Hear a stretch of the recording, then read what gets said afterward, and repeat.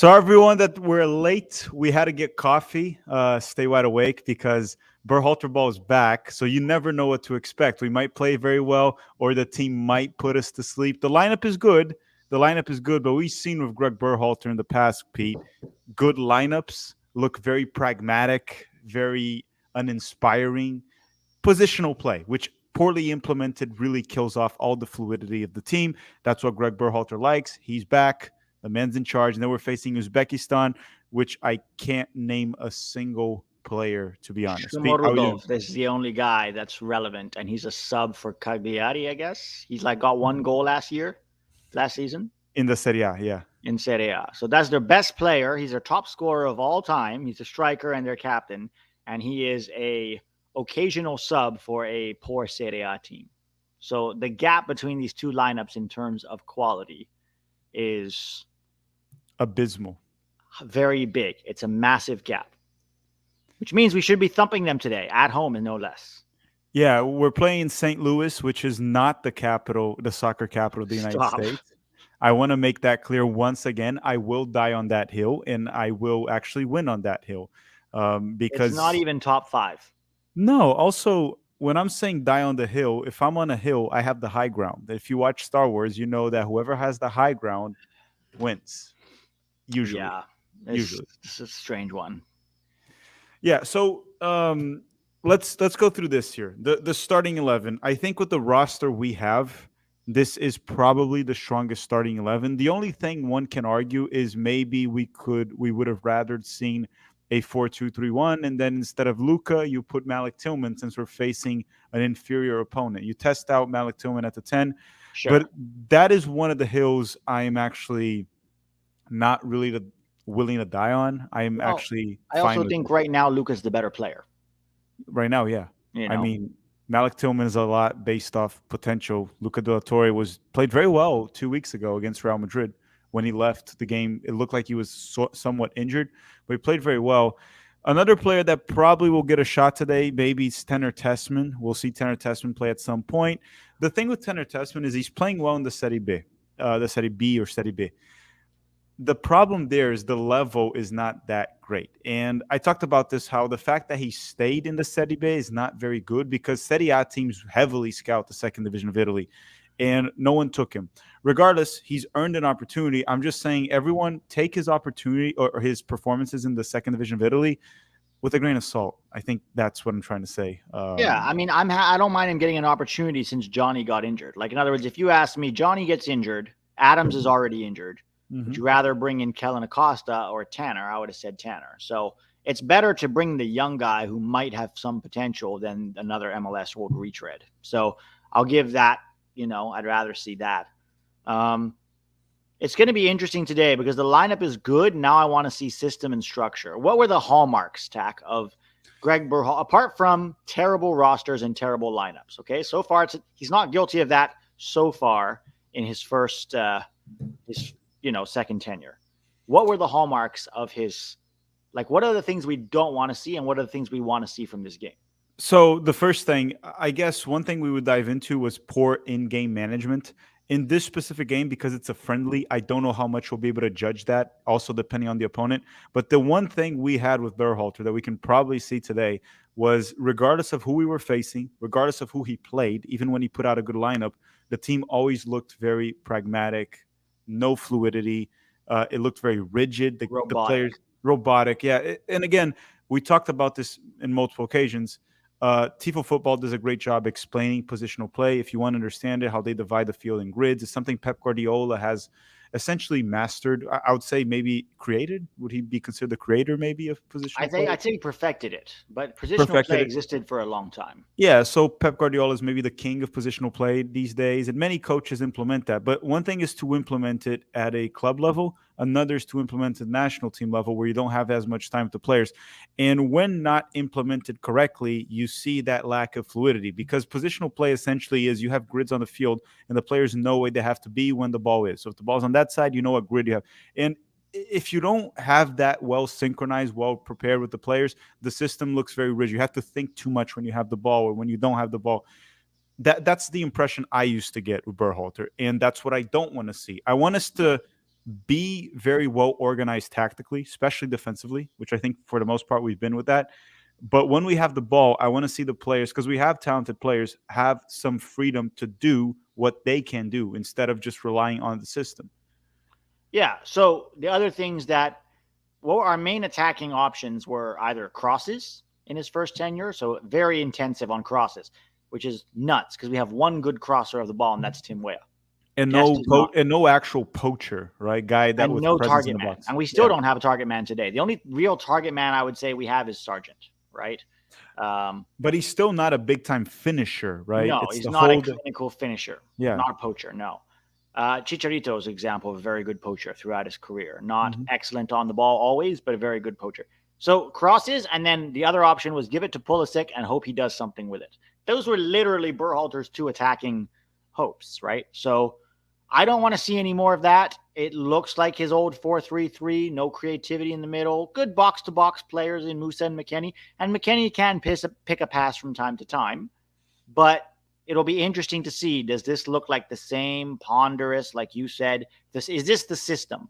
Are we going to see the system? Because we saw what happens when you let these guys off the leash, right? We saw this in Nations League, both in the group stage and in the semifinal and the final. We cooked. Those games were fun to watch. I don't think I ever had as much fun watching a USMNT game as I did watching that semifinal against Mexico and that final against Canada. We were cooking. So now that Gregg is back, what are we going to get? Are we going to cook or are we going to simmer? That's what we're going to find out today. Yeah, and again, Gio Reyna is not available. There's a question mark in regards to how the team would be without him. It could be interesting for him to test a 4-2-3-1 with Tillman at the 10, and then when Gio's back, have Gio play there.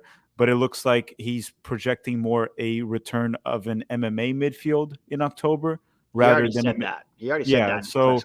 So that's one negative. I am not a big fan of the MMA midfield unless we're playing like Argentina, Brazil, that we're just like, hey, defend, transition. Then these guys will make the game scrappy, make it tough.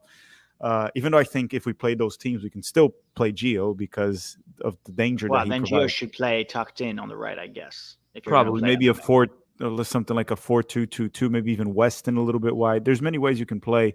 Yeah. But anyhow, it looks like we're leaning back to the 4-3-3 with Gregg. We'll see. Maybe here's the thing. He could in the second half take out Luca and put Tillman. He could have 45 minutes like this, 40. So let's see. I think right now, more likely to see Tessman than Tillman, but let's see. Yeah, for sure. And one thing for everyone to not be surprised, Gregg Berhalter did said that Balogun would play 45 minutes and Pepe would play the other 45. So these are already pre-planned subs. So don't get surprised. If Balogun scores a hat trick in the first half and gets subbed, it was already part of the plan if he gets subbed out. President Chip is saying, hello, gentlemen. Let's go United States. Yes, let's beat Uzbekistan, which I'm going to say one thing, Pete, and I think you agree with me. I don't fall into this narrative that Uzbekistan is a tough team. We're playing at home. It has to be 3-4-0 dominant, convincing. And where can I find these people? Oh, there's quite a few trying to convince people that Uzbekistan's a tough opponent. Look, if we were playing away against Uzbekistan, I would say, hey, getting a 1-0 win, 2-0, 2-1, getting a win is good enough. At home, it has to be complete dominance. I'm even okay with a 2-0 win as long as we're like creating a lot of opportunities. I'm even okay for wasteful in a game like this, but actually dominate. But if it's Berhalter ball, I could see a scrappy 1-0 win, grinding it out. While they convince us that his record is incredible. He continues to win. S27 say, Tack, we need more creativity in the midfield. Yeah, we need it, but don't expect to have it. The midfield is not creative at all. Walter the Epic saying, nobody in California thinks St. Louis is the soccer. Dude, seriously, I said this on Twitter. Nobody outside St. Louis thinks this. Yeah, you know what's funny? They were saying, you're getting cooked on the replies. There was like 250 replies. Probably 200 out of the 250 were negative. And the tweet had like 3,000 likes. I'm pretty sure most people agree that St. Louis is not the soccer capital of the United States. St. Louis is essentially what New York is to the United States. New York was the capital, right? The first capital of the United States? Yeah. New York. So that's what it is. The capital of soccer in the United States, by definition, is Chicago. That's where the headquarters is. That's where the president is. That's our capital. It doesn't mean it's the most important city, the best city, but that's what a capital means. But in terms of soccer cities in America, Seattle, Portland, Los Angeles, many more cities. Probably New York probably beat St. Louis handily. Right And now, maybe Miami surpassed it with Messi. yeah, yeah. I mean, I think there's many more soccer cities in America Yeah. than Also, St. when they Louis. talk about the history, and yes, they have a long history with the U.S. men's national team, Sure. but you see, when they talk about all of that, it's first of all, it's in the past at this point. It also comes down to opportunity. In the past, soccer wasn't very accessible to a lot of people in this country, in a lot of regions, and it still isn't to a certain extent. And St. Louis had that opportunity. That's why that was the 1950 team for the most part there. But anyhow, I'm done with that. It's not the soccer capital of the United States. What I will say, it's a city that has a long, successful history and has done a lot for the U.S. men's national team. I think that is something, a recognition it deserves. But besides that, I'm done with it. It's funny also how MLS, right? The soccer capital. Just one thing before we go. It's apparently the soccer capital of the United States now.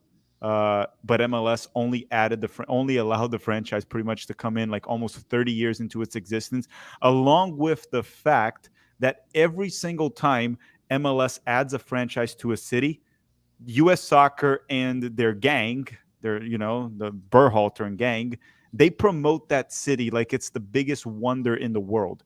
Greg Yeah. Berhalter would have never said that if there wasn't an MLS franchise there. And notice how every time there's an MLS franchise, the U.S. men's national team plays a ton of games in that Yeah. city right after the franchise, or when we get a new stadium, Yeah. right? It's probably written into the contract.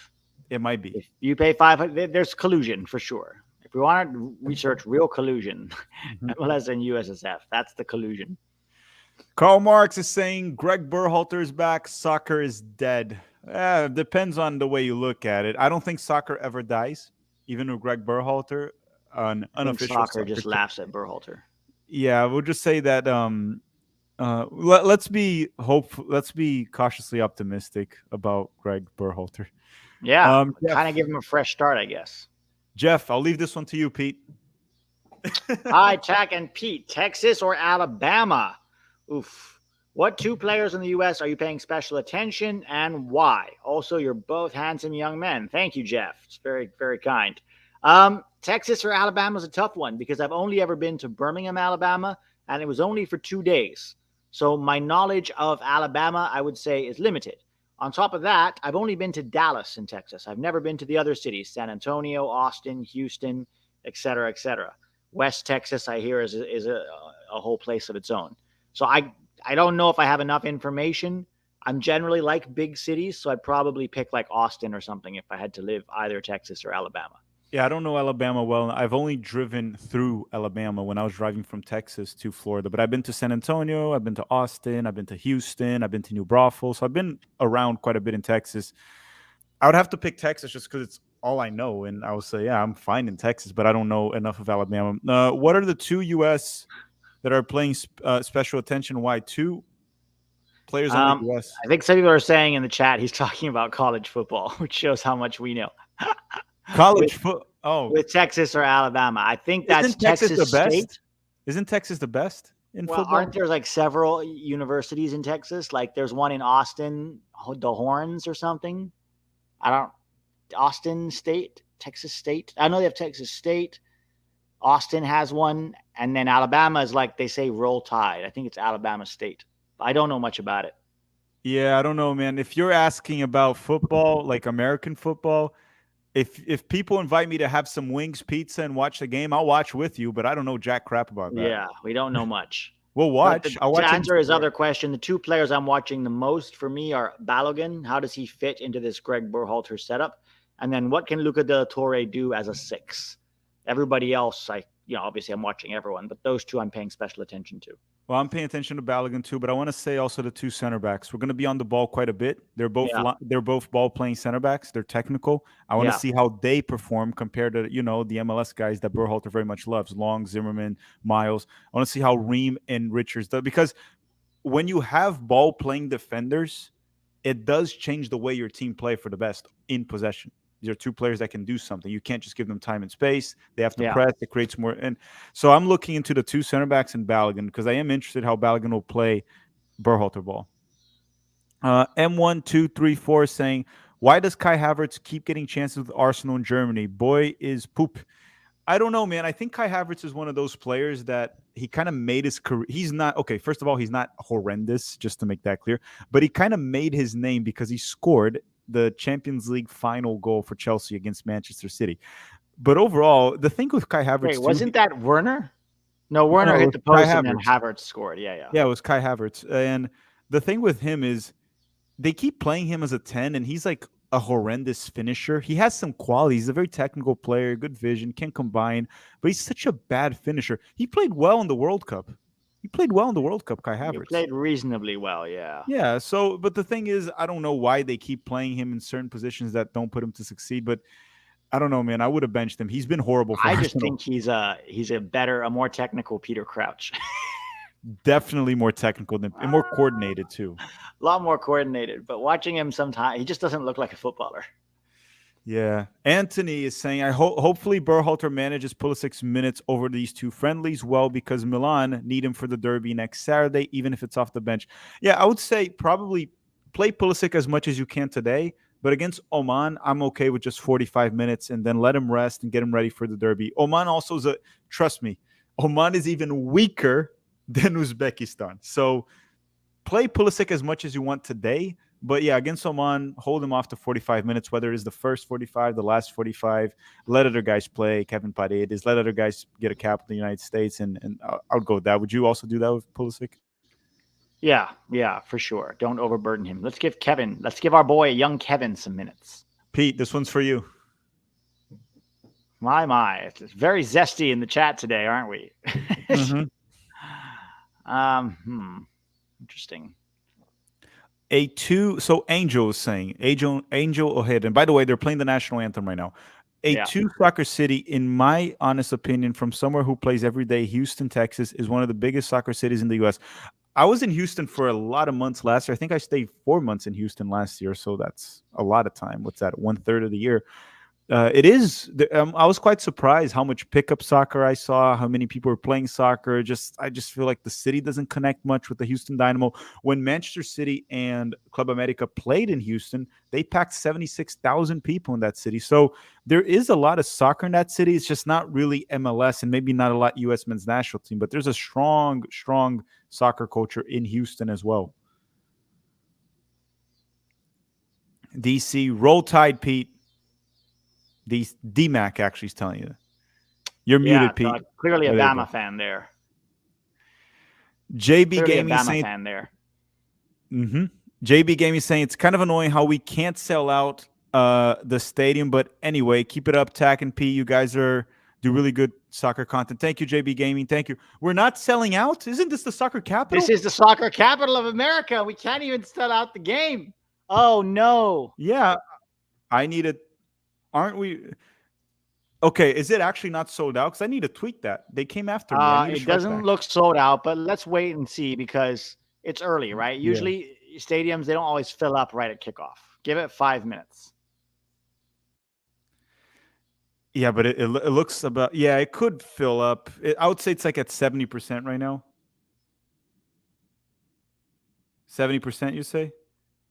Yeah, it's not terrible. This is St. Louis's stadium, right? Do we know the capacity? Probably like somewhere between 20 to 30. Did they build this stadium? Hang on. What stadium is this at? Somebody in the chat tell us which stadium are they playing this at? Let me see here. Let me see this stadium right now. The capacity of this stadium, St. Louis Soccer Stadium capacity. So this stadium's capacity is 22,000 only. Oh, we can't fill up 22,000 in the soccer capital of America? No, dude, it's not 70%. This is like 50%. It's not sold out. I don't know if it's going to completely sell out. Yeah. God help us all. All Jeff right, is saying game is about to kick off. Yeah. Does Borat live in Uzbekistan? No, Borat actually hates Uzbekistan, if you remember the movie. He hates it. He's a Kazakh. Yeah, he hates Uzbekistan. So they can't sell out a U.S. men's national team match in a 22,000-seat stadium. St. I'm Louis, gonna you wait a little slacking. bit. I need to wait a little bit before I tweet that because it could sell out, and Yeah, then I I could was get gonna screwed over. say. But at the same time, it looks like it's not sold out. But going on here super quick, SD is saying if current events was not a factor, I think the U.S. men's national team playing Russia would have been a good test for us. What do you guys think? Russia is more competitive than Uzbekistan, I would even though want they to play tied. Russia in Russia, like in Moscow or St. Petersburg. Now that would be Not fun. today, though. Not right now, obviously. Can you imagine? Okay, who's the most likely to get arrested like Brittany Griner? And why is it Weston? For sure, Weston. Weston Right? and Dest. Weston and Dest are Weston going and down. Des would both because they have a vape, a weed pen or something. Or Weston put ranch on his borscht, and that's a crime in Russia. So.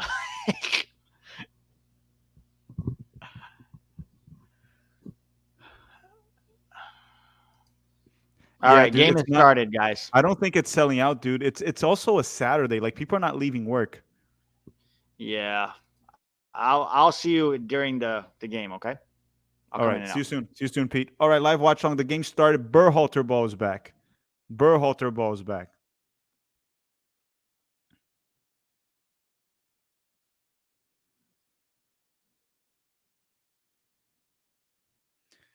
Okay. YOLO. I tweeted it.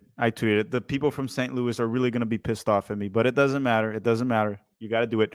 Let me put up here the timer. There it is. The timer right here. Possession, everything. There it is. United States versus Uzbekistan. Gallardo Juan saying, your opinions, what city's the most supportive of the U.S. men's national team? I don't know. I mean, Columbus, we've been pretty good. Cincinnati was very supportive when we played. Orlando, not so much, even though we've done well in Orlando. I can't say the same about Orlando, but definitely like some cities in Ohio been fairly supportive.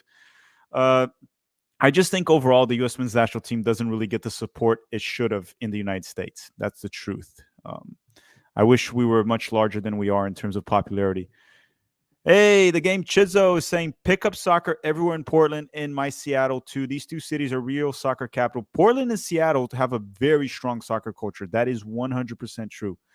100% true. I just don't think the United States has a soccer capital, in my opinion. Tom is saying they're playing in empty stadium. Take that, Twitter. In an empty stadium? Is that what you're saying? Yeah, I defeated Twitter again. I beat the St. Louis crowd on Twitter. I beat the St. Louis crowd. We couldn't even fill out the stadium. They're going to be pissed. They're going to be pissed at the tweet, but it's just the truth. It's just the truth. But going on saying, what seat is Owen Wilson? Is Owen Wilson in the game? Is Owen Wilson actually in the game?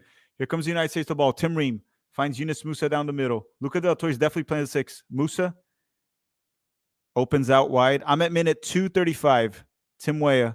So Weah, no, Balogun actually. Balogun's dropping a little bit down the left. It looks like Balogun's having a lot of freedom to move out. Tim Weah with the shot and just blasted into the crowd. So Luca is definitely playing back as a 6. That is for sure. We're definitely not playing at 4-2-3-1. We're back to the 4-3-3 that Berhalter very much loves. Anyone asking? I'm watching the game. I'm watching the game on Peacock. You guys can watch it on Peacock if you have it. And don't forget to drop a like. I forgot to ask. If you're here right now, drop a like. If we hit, 500 likes, I'll do some commentary in Portuguese or something. Here comes Luca. Pulisic. Cleared by Uzbekistan. I'm at minute 320, 321, 322, 323, 324, 325, in case you want to synchronize it with me. The game is also on TNT and on Telemundo. So Pulisic, and that was cleared. Christian Pulisic with the ball. Here comes the cross. Weston. Oh, nice touch by Weston McKennie in the box. Protects the ball. Opens up to Weah with the shot. Scores. 1-0 for the good guys. Timmy Weah.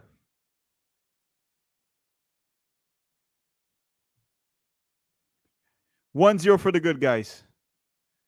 Timothy Weah. The United States gets the lead. That was quick. Christian Pulisic crosses. Weston McKennie with a good touch is able to open it wide, and Weah hits another rocket. Did the goalkeeper fail there? I need to see it from behind. It has to be from behind. That was a beautiful strike. Beautiful strike. Good ball by Weston McKennie. Great pass from Weston McKennie. Again, this team also from Uzbekistan doesn't look. It looked okay. Okay, it looked like the goalkeeper could have saved that. Beautiful ball. Beautiful ball from Weston. It looked like the Uzbeki. Is that how you say it? Uzbeki goalkeeper could have saved that. Regardless, 1-0. As I said, 3-0 or we don't celebrate. It has to be more. It has to be more than 3-0. But what was the most impressive thing right there was that touch by Weston McKennie. Being able to settle that ball, hold his composure in the box, find Tim Weah. Beautiful, beautifully done. I'll give 50% of the goal for Weston right there. Tim Ream switches the play to Tim Weah. Weah is able to settle the ball to Weston McKennie. McKennie tries to find Balogun. It's cleared by Uzbekistan. Serginho Dest recovers the ball for the United States. Serginho Dest tries to go by 1-2 and nothing. Luca de la Torre. Yunus Musa, complete control of the match for the United States so far. It's also really good to see two center backs that can actually pass the ball like Tim Ream. Pulisic, dispossessed. Uzbekistan will try to go in transition. Pulisic, good recovery. Actually, not really. The Uzbekistan player still has it. Uzbekistan finally recovers possession. Yeah, Pulisic hasn't really done well on one-on-one so far in the game. He lost possession twice. He was dispossessed. The American Outlaws are so damn annoying. I can't hear them. I muted it. I can't hear them. I don't know what they're doing. There's no way they're singing "I believe that we will win this match." There's no way they're singing that. There's no way.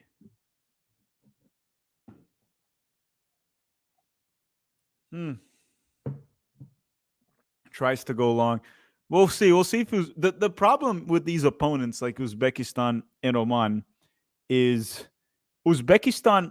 And no offense, if there's any Uzbek in the chat, I saw someone saying that Uzbek. No offense if there's any Uzbek in the chat, but the national team is crap. Like, this is not a good national team. And I think I'm being very respectful when I say that. Look, there's many moments in life where when you call something crap, you're being disrespectful, but not when you call the Uzbek national team. If you call them crap, you're not being disrespectful. It's just true. Pulisic, the cross cleared once again. And they're terrible. It's just a terrible national team. And Oman is worse. They're like worse than CONCACAF teams we play. They're probably worse than Panama. No offense to Panama. Panama actually has been good. But they're definitely worse than Panama, actually. Uzbekistan tries to recover the ball. Luca de la Torre, Yunus Musa, Tim Weah tries to find Balogun. Nothing. That's why I'm saying it needs to be 3-4, 5-0 today. And here come Uzbekistan. And Chris Richards on the recovery there already. The Uzbeks are not good at they're not good at soccer. Like, they never qualified to one World Cup ever. They've never qualified, and they play in the Asian Confederation. That confederation is not very good. It's pretty much CONCACAF. Japan is very good. Japan's a very good national team. South Korea is a very good national team. And then you get teams like Saudi Arabia, Iran that are tough teams. But then outside of that, the level is terrible, and Uzbekistan is one of them. Right? There's just one of them. I'm sorry. I know we probably don't have many Uzbekistan fans here in the chat, even though I did find one Uzbek. Oh, nice move by Luca. Luca de la Torre can't find Balogun running the channels. Pulisic cuts inside again. Pulisic finds, who is it? Tim Weah. Wide to Dest. Weah. Dest. See what we can get out of this down the right flank. Weah with the ball. Serginho. Pulisic is all the way on the right now. Lots of freedom to move around. We're not looking as pragmatic so far. Like, Christian Pulisic is very central in the moment. The Saudis got destroyed by Costa Rica. They did? I didn't know that. We did tie the Saudis. I guess, like, when you look into Asia, I would say Japan is a very good team. South Korea is a good team. Outside of that, I don't really rate almost every national team there. I don't think they're very good. Okay, Uzbekistan with the ball. Sometimes the 4-3-3 even looks flat. The midfield looks flat with Weston. With Luca's not really dropping too. Okay, is that a free kick? Okay, we're about to hit 10 minutes. What about Australia? Oh, yeah, I keep forgetting that Australia plays in the Asian Confederation. I know Australia is not in Asia. Australia is not. The thing with Australia is they remind me of like the old school English national team. They're like these big man, like long ball target man, hustle, grind results, fight and win. They're definitely a good team. They're tough to beat. We saw that in the World Cup. Australia gave Argentina a hard time. So I'll say like Australia is decent to good. I still think South Korea and Japan are good national teams. They're technical players. They're good players, especially Japan, dude. Japan, look, I'm going to say this. I think Japan is better than the United States right now. I think Japan has a better team than the United States right now, in my opinion. Will they do better in 2026? I don't think so. We're going to be playing at home, and there's just something special about being American, and we always overachieve in World Cups, or for the most part, we overachieve. But I just don't really see the U.S. as a better team than Japan right now, but better than every other team in the Asian Confederation. Okay, here comes the United States, Dest, and dispossessed again. Dispossessed once again. Miller is saying, I almost forgot about Berhalter ball today with college football going on. Go Dogs, three-peat. Yeah, I don't watch college football. I kind of want to get into college football, but I would need some friends here to watch it with me. How was Weah's goal, Ryan? So Weah's goal was Pulisic got in across. Weston McKennie took a very nice touch to settle the ball. He had good composure holding the ball in the box, and then he just kind of passed it to the side, and then Weah just came into the box just with a one-hit, like very powerful strike to score. The goalkeeper from Uzbekistan maybe could have done better, but it was a very strong shot from Weah, so it was a nice goal. Very good setup by Weston McKennie. Oh, McKennie dispossessed. Uzbekistan recovers the ball. And that'll be a free kick for Uzbekistan. 12 minutes. We're about to hit 12 minutes. It's going to be interesting to do the 7 things we learned from this episode. It's going to be interesting.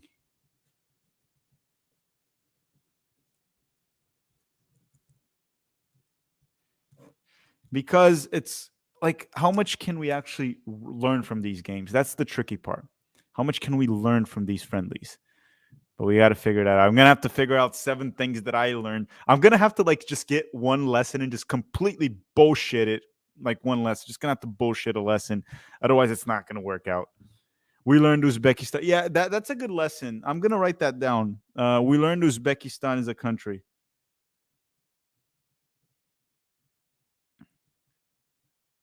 I think that is a good lesson. And I can also say I learned where it's located.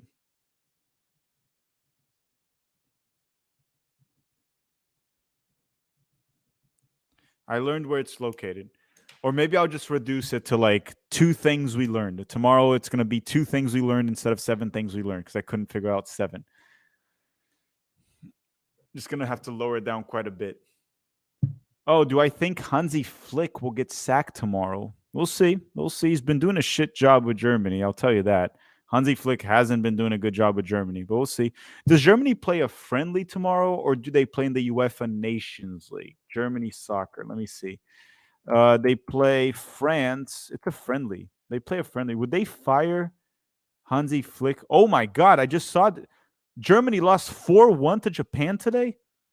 Holy smokes! Did Mitoma ball out? Mitoma, Kamada. This team is so good.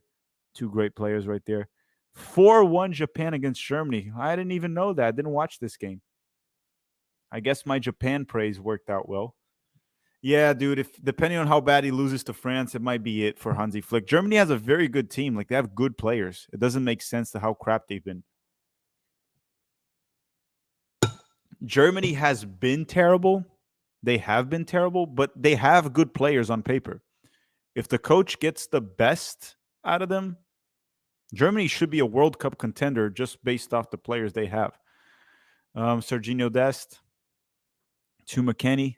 Dest will get a cross in, and that'll be a corner for the United States. The system doesn't seem to be working well with Balogun.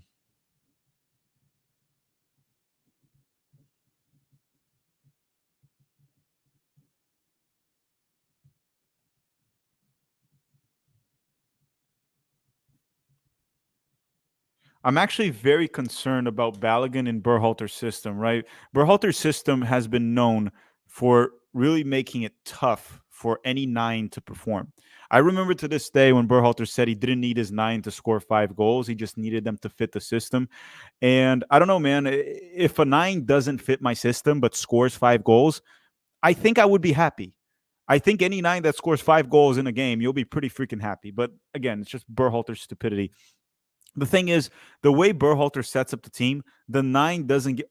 Berhalter's on his freaking MacBook right now. What is he playing? Football Manager, FIFA, Hogwarts Legacy. What is he doing on his laptop in the middle of the freaking game? Just watch the game. Analyze what you're watching. My goodness. Oh boy. What if like BJ and Berhalter are just like on Pornhub during the during the game? They're just like, "Hey, check out what I found, boss." Right? BJ just calls and is like, "Hey, check out what I found." Or he's watching the stream. Berhalter's watching Tactical Manager TV. Berhalter's watching Tactical Manager TV. Sergino Des, cross it, McKennie, Balogun. Oh my goodness, you missed that Balogun. Balogun hit the post and Luca Del Torre is the target. Did he miss? I need to see the replay. I need to watch the replay. Did Balogun miss it or was it a tough header? Let's see. That was a cross from Dest, finding Weston McKennie. McKennie hits Balogun. Balogun. Oh, that wasn't a good header from Balogun. Poor header from Balogun. You got to score those. You got to score those headers, man. That's on Balogun.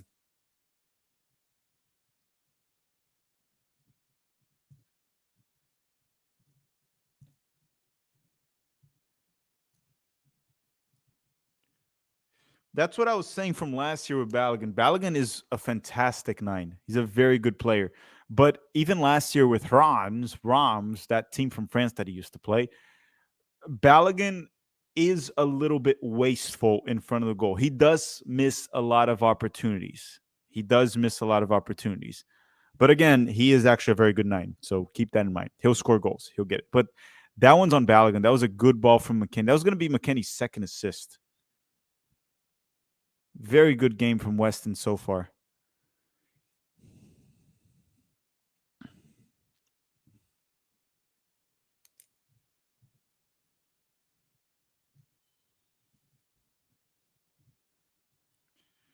I hope that header doesn't lead to people asking for Jesus Ferreira to be back.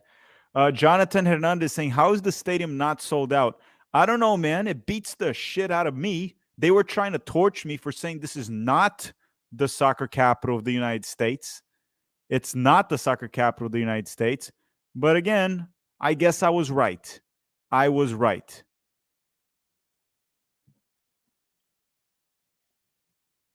How can this be the soccer capital of the United States and they can't freaking pack a 22,000 seat stadium? I swear, man. I swear. 22,000 and they can't pack a national team game? And this is supposed to convince me that St. Louis, I don't know, man. The St. Louis propaganda ain't working. I'll tell you that. It ain't working. The propaganda didn't work. It's not the soccer. Did you guys also notice that after I tweeted that it was not the soccer capital and there was a lot of backlash from Berhalter, U.S. Soccer stopped calling it the soccer capital. They started calling it a historical soccer city or a soccer city with lots of history, which is true. Has a lot of history with the U.S. men's national team. But I won at the end. I said this on Twitter. At the end, I will win. At the end, I will win. And I knew I did.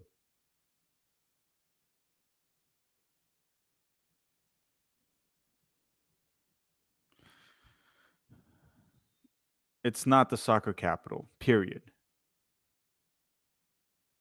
Okay, United States the ball here. Timmy Weah down the right flank, almost 20 minutes into the game. United States 1, Uzbekistan 0.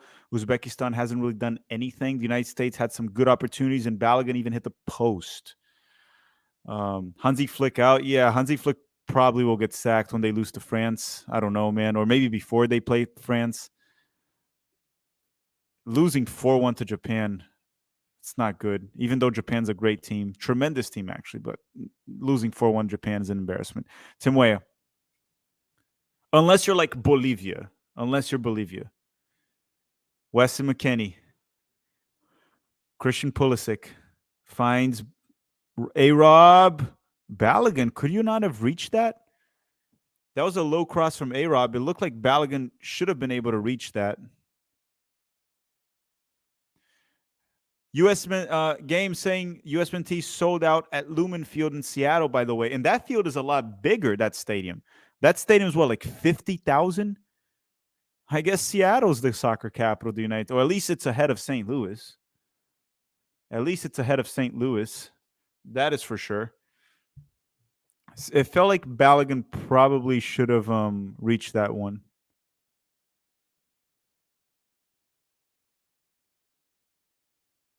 Oh, here come Uzbekistan. Are they offsides? Not offsides. Not offsides.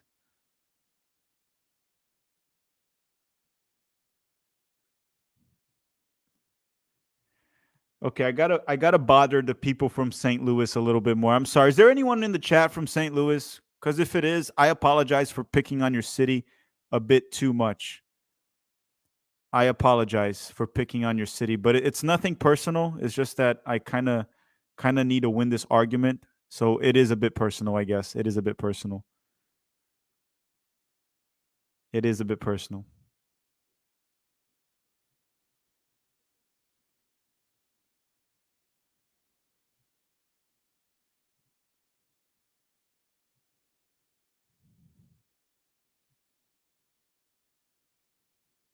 Okay, here comes Uzbekistan. Sorry, St. Louis. Sorry for picking on you all guys. Sorry very much. I apologize from the bottom of my heart.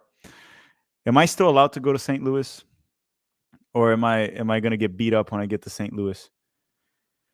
TB is saying DC or Charlotte would have been a better host, in my opinion. Two soccer crazy metro areas that don't care about college football. Perhaps. I've been to Charlotte. They packed the game, 76,000. The game I was there for Charlotte FC's debut.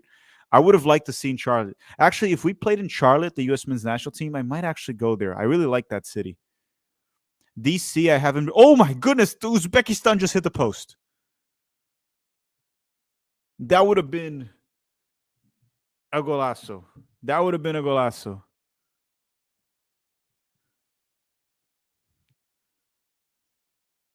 Tim Ream, you got to close down your man.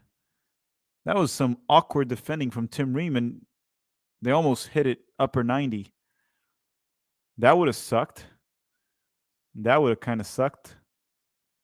SD is saying in 2013, the World Cup qualifying versus Panama, Seattle had an attendance of over 40,000. I was there. Well, Seattle has a very strong soccer culture. We see that with the Sounders. I talk about how some Sounders fans on Twitter are very annoying, but when I call you annoying on Twitter about your team for being passionate your team, it means I'm actually praising you because I actually like annoying fans that care. That is called being passionate about your team or your franchise in that case, the Seattle Sounders, not a club. Austin Westbrook is saying, is it wrong that I think I prefer Luca de la Torre over Adams? Depends on the scenario. Tyler Adams is a better player than Luca de la Torre. And even though I'm known as a Tyler Adams hater, I have no issue saying that. Tyler is most certainly a better player than Luca de la Torre. But Luca de la Torre is definitely more skilled on the ball. So when we're playing lesser opponents, there's no need for Tyler Adams sometimes. Tyler Adams is not the player that's very dangerous on the ball. Luca de la Torre can actually progress the ball forward, pick a lock, get a play done. Not too much creativity, but some creativity. Much more technical on the dribbling ability. So in that sense, yes, it makes sense to prefer Luca over Tyler. But no, in like a World Cup game, for example, it has to be Tyler. Tyler's a better player than Luca de la Torre right now. And here comes Uzbekistan. Luca de la Torre with the clean tackle, takes the ball and finds A-Rob. So it's not crazy that you prefer him over another, but I just think Tyler Adams is a better player than Luca de la Torre. Matt Poliquin is saying, same shit, out wide, sending crosses, Gregg Berhalter. It's Berhalter ball. It's Berhalter ball. We knew it was going to be back, right? We knew Berhalter ball was going to be back.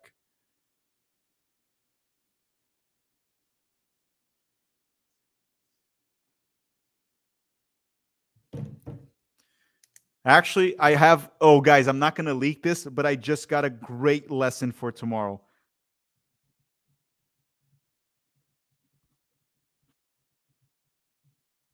I got a great lesson for tomorrow. This is going to piss so many people off, but it's the truth. I'm going to have to put it. I'm not leaking it. I can't say it.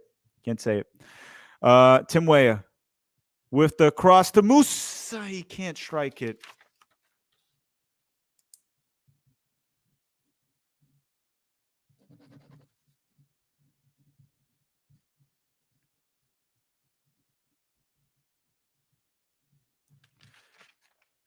I think we know. Yeah. I'm not giving a hint. I'm not giving it. I think some of you know what the lesson is. I think some of you know. Some of you know. Yeah, we need to abolish the Gregg Berhalter system. It's just pure soccer terrorism. His system didn't change. That's the thing.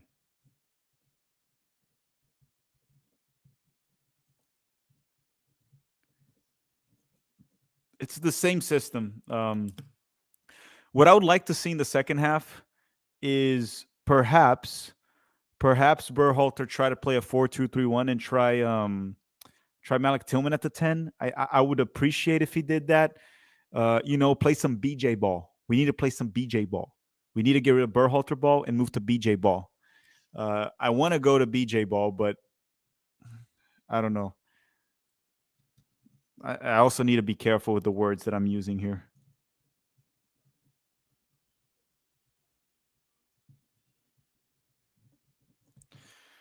Frank Casser saying Musa is such a smooth dribbler. He is. He's just very good on the ball, right? Very technical player, Yunus Musa. The only thing I have an issue with Musa is I think he can be more aggressive. He could be more aggressive on the ball. But his dribbling ability for Yunus Musa is actually quite remarkable. That's one of his strengths. And he's very fast. Reem to Chris Richards. Luca de la Torre. Yunus Musa. Reem. Christian Pulisic, this is boring. Pulisic, why are you sending a super chat? You should be on the field. Pulisic, Luca finds Christian Pulisic. Balogun, nice move by Balogun. Good shot. Okay. Good move by Balogun. Good move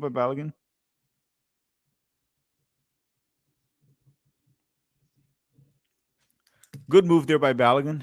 At least something. What's crazy is with BJ ball, we didn't really rely on crosses. We didn't rely on crosses when it was BJ ball. But when it comes to Gregg, again, it's cross. It's the same. Like, we enjoyed watching this team in Nations League so much. It was so enjoyable to watch the players having fun, balling out, completely outplaying Mexico, completely outplaying the rude Canadians.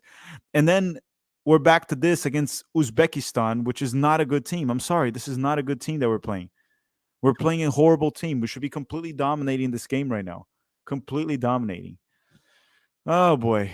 Everyone, if you could smash the like button, I would truly appreciate it right now. We are at 277 likes. If we can hit 500, I guess I'll do Brazilian Portuguese commentary, or I'll do Portuguese from Portugal commentary. I pretty much sound like Cristiano Ronaldo when I do it. Eu consigo falar português de Portugal, e quando acabar esse jogo vou comer também bacalhau de Portugal. That's Portuguese from Portugal, right there. And that's essentially how Cristiano Ronaldo talks. I prefer Brazilian Portuguese. I think Brazilian Portuguese is prettier. It sounds better, in my opinion. Marco Antonio Kimolin is saying, "Hey Tack, what have you heard about Jesse Marsh?" I haven't heard anything. He's unemployed. I haven't heard anything. I don't know what's going on with Jesse Marsh. Oh, and that'll be a free kick for Uzbekistan, sorta. I haven't heard anything about Jesse. I don't know what's going on. I have no idea what's going on, Jesse Marsh. Bacalhau. Bacalhau is just codfish in Portugal. Codfish. They love it. Frank Asser saying, throwback, BJ had Gio playing the 10. We don't have Gio, to be honest. Yeah, but Frank, this is a great opportunity to also test Malik Tillman at the 10. and you keep that 4-2-3-1 system rolling so the players get accustomed to it, and you test Malik Tillman at the 10, or you even put Pulisic at the 10, and then you put Kevin Paredes or Brendan Aronson on the wing. You need to implement the system and test. Luca de la Torre is down. It looks like he might have a broken nose. His nose is bleeding quite a bit. I'm no doctor, but that looks like a broken nose to me. There's a lot of blood. It's nasty. Looks like a horror movie right now.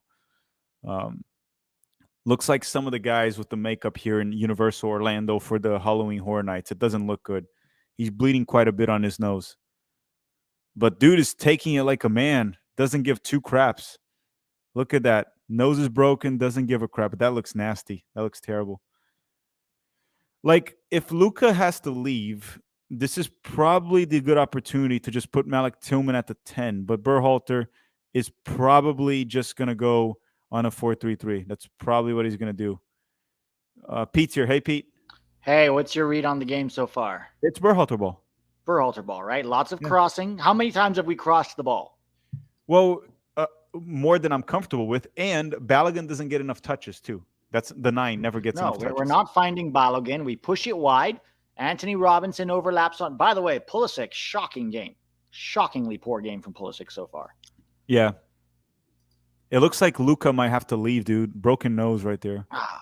He was the best player on the field so far, in my opinion. Weston too. Weston might have had better moments, but in terms of consistency, I think De La Torre has been really good on the half turn and then playing that ball into the pocket. It's just, then we push it wide. Yeah, Weston should have had the assist for Balogun too. That header from Balogun should have gone in. Balogun has to hit those. So was that Weston or Musa who headed that on? Weston headed it for Balogun too. Was Wes? Yeah. So Weston's playing well.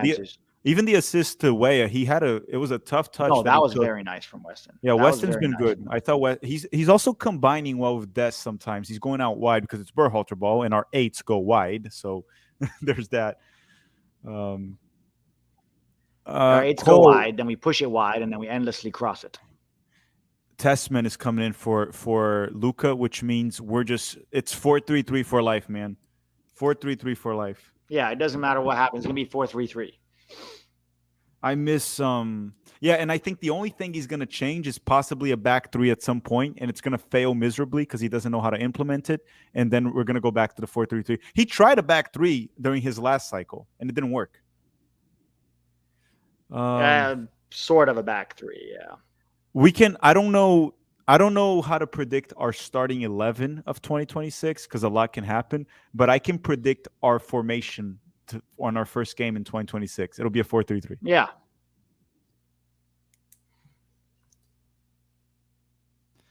Also, just Berhalter ball. Berhalter ball. Call of the Century is saying, I had to switch over to the Puerto Rico game. So thank you, sir, for the watch along. You're welcome. You're welcome. You know what's funny? We had a lot of fun during the summer, besides the Gold Cup, because we had a terrible roster. And then we're back to this just like pure soccer terrorist system that we're going to have to watch for, 3 more years at least? I'm assuming he's staying till 2026. We're going to have to watch this in the Copa America. Jonathan Hernandez is saying, our starting center back hasn't had any minutes at Crystal Palace. That's where we are at right now. Yeah, I mean, the Crystal Palace center backs are very good, though. Mark Guehi is starting for England today.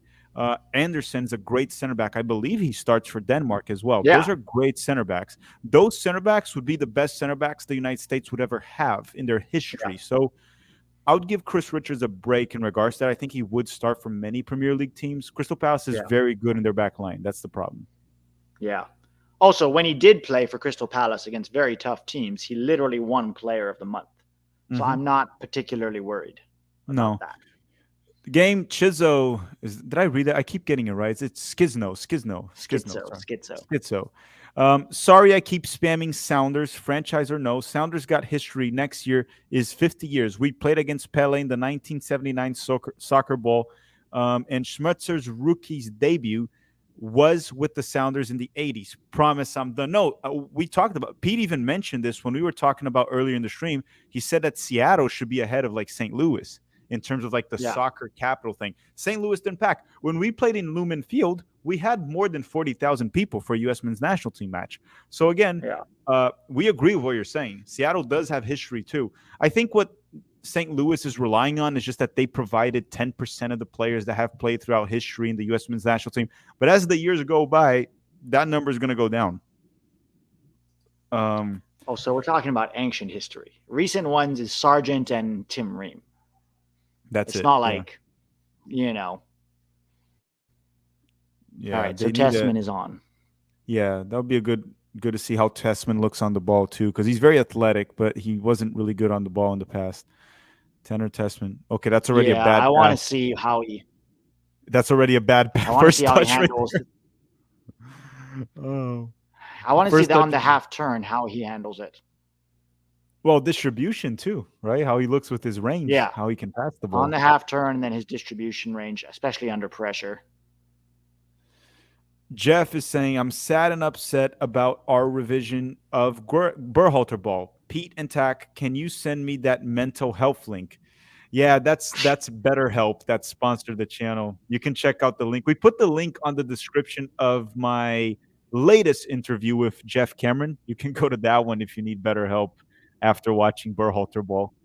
It would be totally understandable. But going on, Julian Viva is saying, will Gio Reyna play on the wing then? I think Gio Reyna will play on the bench.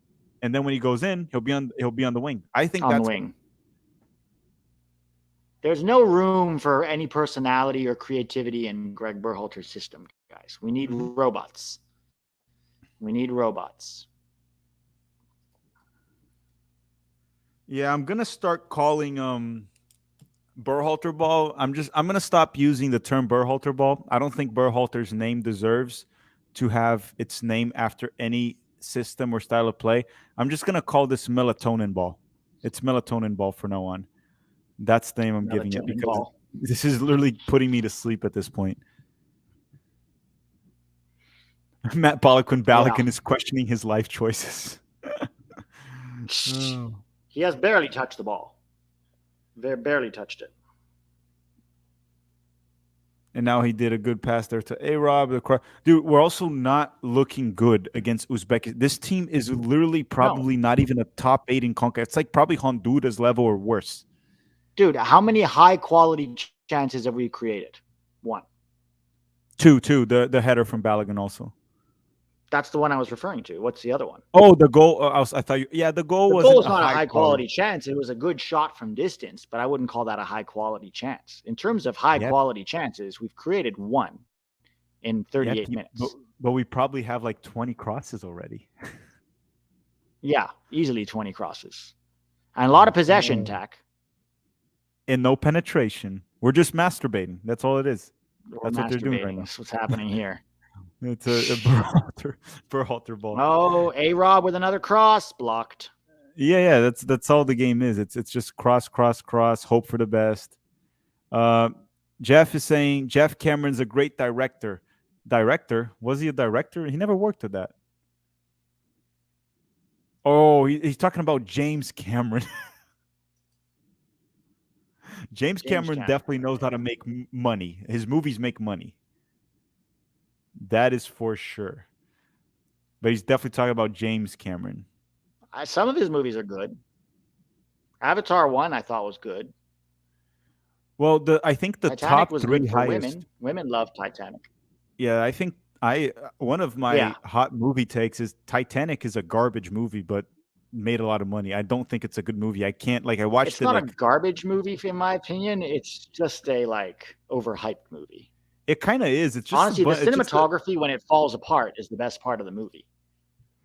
Yeah. So pretty much when there's some action, that's what it is. Outside of that, it's mostly like women that love it because it's a romance, and some dudes that just want to watch that actress go naked in the movie. That's what it was.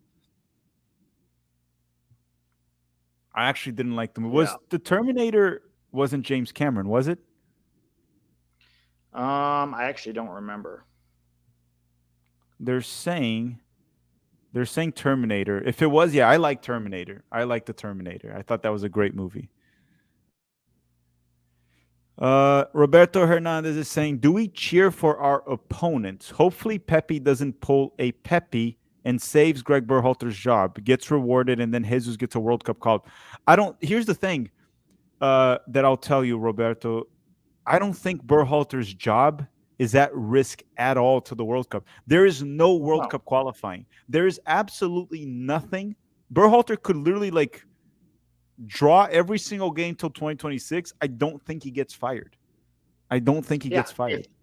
If he gets knocked out in the first round of the Copa America, they will find a way to justify it because of all the progress being made. Yeah, they'll just say, yeah, it's a tough. He's building the system, blah blah blah, and then what else do we have till the World Cup? Like one more Gold Cup.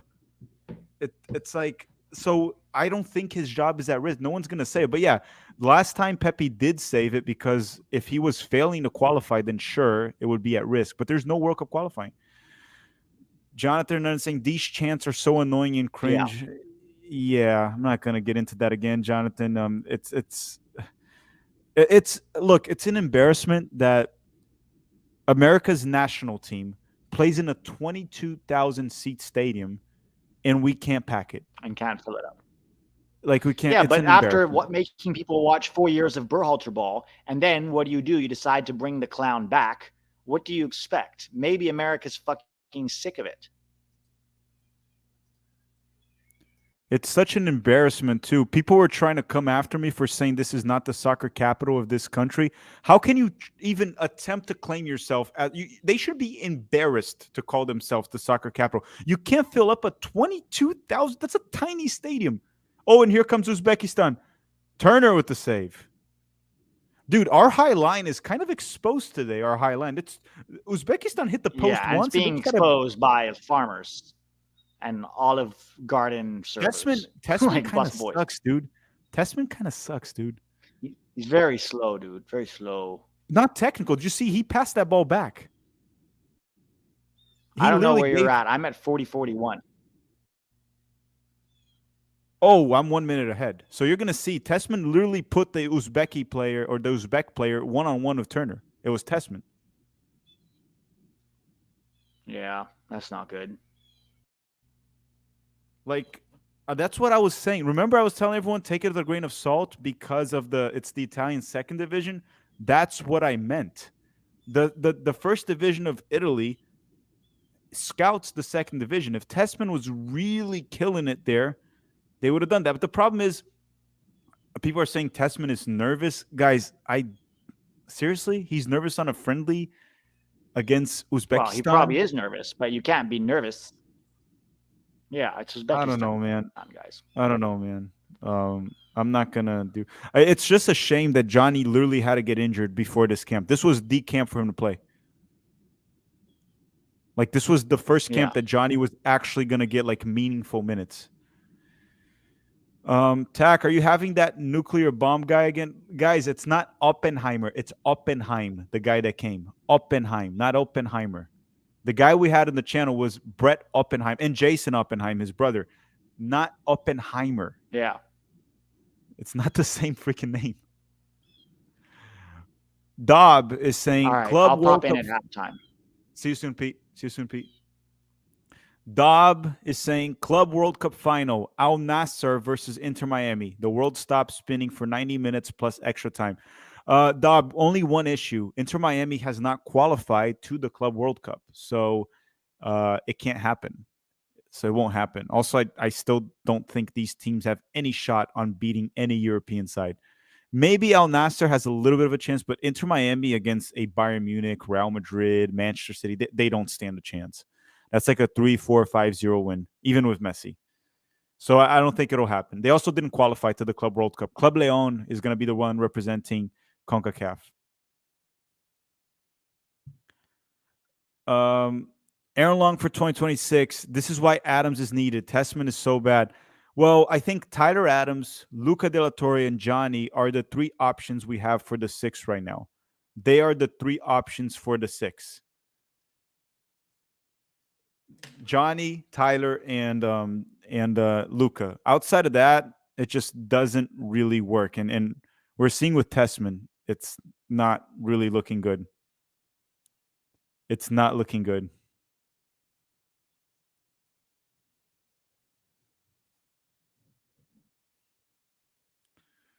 Another ball. We look horrible, man. We look horrible.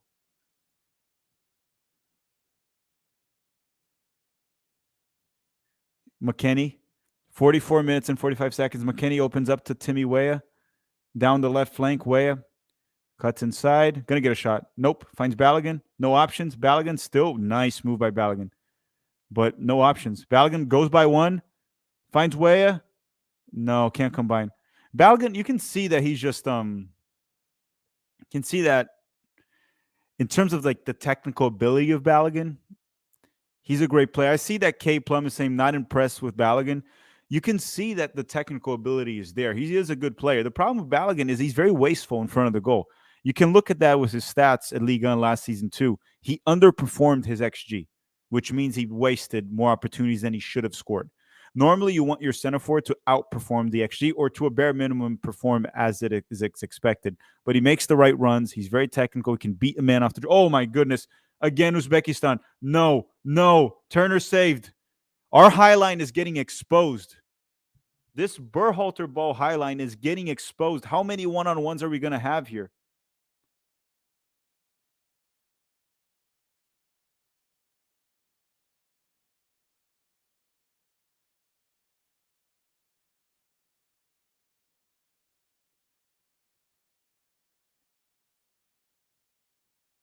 Like, we're seriously getting this back line exposed by this terrible Uzbekistan side. It's seriously an embarrassment. How many times does this back line have to get exposed this game? Like, if Uzbekistan had a bit more quality, we would have been punished by now. We would have been punished by now.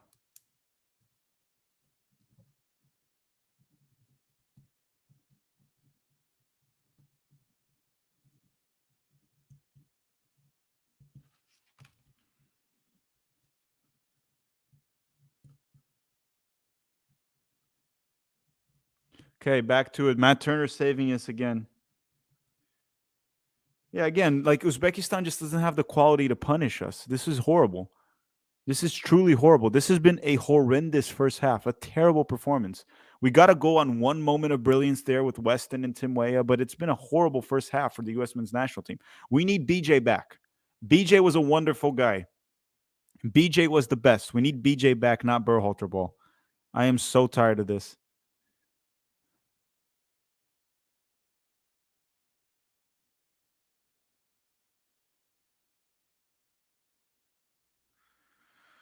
Oh boy. Okay, Uzbekistan with the ball again. Oh yeah, Mr. Krabs is saying the Sidemen charity match was better than this. I didn't watch the Sidemen charity match, but I'll take your word for it. And I mean, being better than this is a very low bar. It's a very low bar, so you're probably right.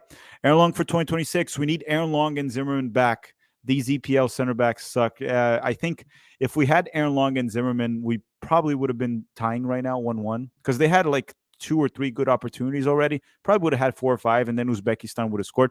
The only reason this game is not 1-1 right now is because Uzbekistan doesn't have the quality to punish us because they created more chances. Uzbekistan literally had more chances than us. It's insane. And most of it is down to Berhalter's stupid high line that he can't get it right. This is the same high line that was used to explain why he can't bring in John Brooks. That is the same exact high line. That is the reason John Brooks can't play for the national team. It looks like most center backs can't play with this stupid system. Jeff is saying, Tack, I'm just joking around with you. Not about the nice complexion and your good look. Thank you, Jeff. But listen, I'm not a good looking guy. I'm as normal as it gets, as standard as it gets. I look just like a very normal Brazilian guy. Kyler T is saying, for the sake of long-term success, we need to actively root against the United States. In these friendlies, Gregg Berhalter has to be done away. Here's the problem. I have a very hard time rooting against the United States. I can't do it. I can be pissed and everything. I can't really root against it. And I'm telling you, Berhalter's job is not at risk. We could lose to Uzbekistan today. It won't matter. His job is not at risk. They're not firing this guy. Like this guy literally like he sucked for 3 years, barely did anything in the World Cup, was very bang average in the World Cup, had a freaking like domestic violence scandal, along with the fact that he like beefed. He's a 50-year-old man beefing with a 20-year-old like Gio Reyna, trying to do a bunch of like interviews for PR. And the guy's back. The mother liquor is back with the national team. After all of this, he's still there. The guy's job is not at risk. He's not leaving the U.S. men's national team. We're stuck with this mother liquor till 2026. We like it or not. So I can't root against the team. Kevin is saying we need to have a serious conversation about Ream. Well, Tim Ream on a high line just simply won't work. The difference between Fulham and the United States is the coach from Fulham understands that. Berhalter apparently doesn't. Maybe he's doing that to torch Tim Ream so he can bring back Zimmerman and Miles as the starters. Pulisic, Selena Gomez wanted to see this. Yeah, look, I don't think any celebrity wanted to watch Berhalter ball. No one really deserves to watch this, Pete. How many times is our high line from Berhalter ball going to have to get exposed? Because if we were facing a team with a little bit more quality, it would have been 1-1 or 2-1 Uzbekistan right now. Dude, they had 2 good chances already, yeah. They had more chances than us. They had more chances than we did. And we're playing the soccer capital of the United States. Which isn't even full. What did we expect? Like, we bring back Berhalter. He says, oh, no MMA, right? No creativity in midfield. He tells us, like, when people tell you who they are, believe them. He says, I'm not going to put Gio in midfield. I might not even call Gio until it's absolutely necessary. Balo does not get the ball. Pulisic is having a shocker of a game. The midfield looks lost. Everything is cross-driven. We keep it, possess. What do we do now? Push it wide and put a hopeful cross in. It's the same shit. Same shit, different cycle. Yeah. Same beast, different animal. Barney 7181. This game is crying for Musa at the 6. If you're going to play a 4-3-3 instead of get a guy who can't move, God, I missed Berhalter so much, puking. Like, ideally, the thing is, Tanner Tessman looked terrible in the little amount of minutes he played. Terrible on the ball. Which was what Tessman was. Because Tessman is very athletic. He'll win. Like, he's very athletic. But besides that, technical ability was an issue. It looks like in the Italian Serie B, the athleticism might be enough at times, and he performs. Maybe he doesn't. I'm not going to lie to you. I don't really watch the second division of Italy. I don't have the time, and I have better things to do. But we'll see. Tessman will probably play the entire second half. We'll check it out, but it didn't look good. It's a typical game where you play Weston and Musa as the double pivot, and you try Malik Tillman at the 10. Just try him. Yeah, why can't we do that? We saw already what this team could look like when the chains are off. But also, when everybody looks so hesitant, when they get the ball, there's no fluidity, right? There's no, like, nobody knows what to do with it when they get it. We look around, we hold, we turn, we make a short sideways pass. It just feels like more of the same system. Remember, we always talked about how robotic it was because players are overthinking. That's what this still looks like to me. Yeah, and then Roberto Hernandez saying, I'm for an LA Galaxy supporter strategy. We will not support this crap until Greg is gone. I'm this close of supporting Mexico, and I'm Central American. Listen, again, they don't care. They do not care. The fact they brought Greg back was basically saying fuck you to the fans. Like how do you support less? We're not even packing 22,000 seat stadiums. Like what? We're going to put like 5,000 people in the stadium? Like how do you support less? Like there's already not a lot of people supporting. So they just don't care. It doesn't really matter that much. That is the main issue. The main issue, the thing is, we played Canada and Mexico, which are better opponents than Uzbekistan, and our team looked freaking good. And then we played this, sorry again to any Uzbek fan in the chat, we played this crap team, and they honestly looked more dangerous than us. So props to Uzbekistan for maximizing their talent, something we can't do with Berhalter. Ethan is saying, lacking verticality. Matt Turner with a sweep behind the pass, though. Ream also looking older than normal today. Well, we always knew Tim Ream would get exposed in the high line, and then Berhalter goes on and plays at a high line. So, Julian Vivas, is it true that Gregg Berhalter got booed by the fans in the stadium before the game? I just saw a tweet. I don't know. I wouldn't be surprised, but so we can't tell. If that is true, then St. Louis has a case for being the soccer capital. Then they go back. Let's give it to them if they do that. Yeah, if they booed Berhalter, then I'll switch. They actually have a case for that. Drew Watson saying, my over 3.5 bet is at risk of a Gregg Berhalter trash coach. You bet on the United States with Berhalter? Are you insane? Brett Oppenheim, there he is. See, guys, Oppenheim, not Oppenheimer. How you doing, Brett? Saying brutal turnovers, Riemann Robinson and others to clean that up. Even Pulisic has been Pulisic has been very bad actually in the first half. Very bad. Very bad. Testament out of his league in these games. Absolutely. As we said, he plays in the Serie B of Italy. So when people are hyping his performances in the Serie B, that's why we say the competition you face matters. Like performing well, like players can play well at like NCAA D1. You can get the guy scoring a hat trick per game. You put him in the national team. He's not going to do that because the level goes up. Speed of play, everything can't combine with certain players. Testament just doesn't look like he belongs right now. We'll see more. Let's put together a nice second half. Brett, I'm not very optimistic on the second half. Let's see what Gregg can do. Has he been known for changing? No, not particularly. In-game adjustments aren't exactly his forte. So what would you do, Tech, for this second half? I would actually, as crazy as it sounds, so he already said Balogun's coming out and Pepe's coming in. I would actually take Tenor Testament out, even though he just came in.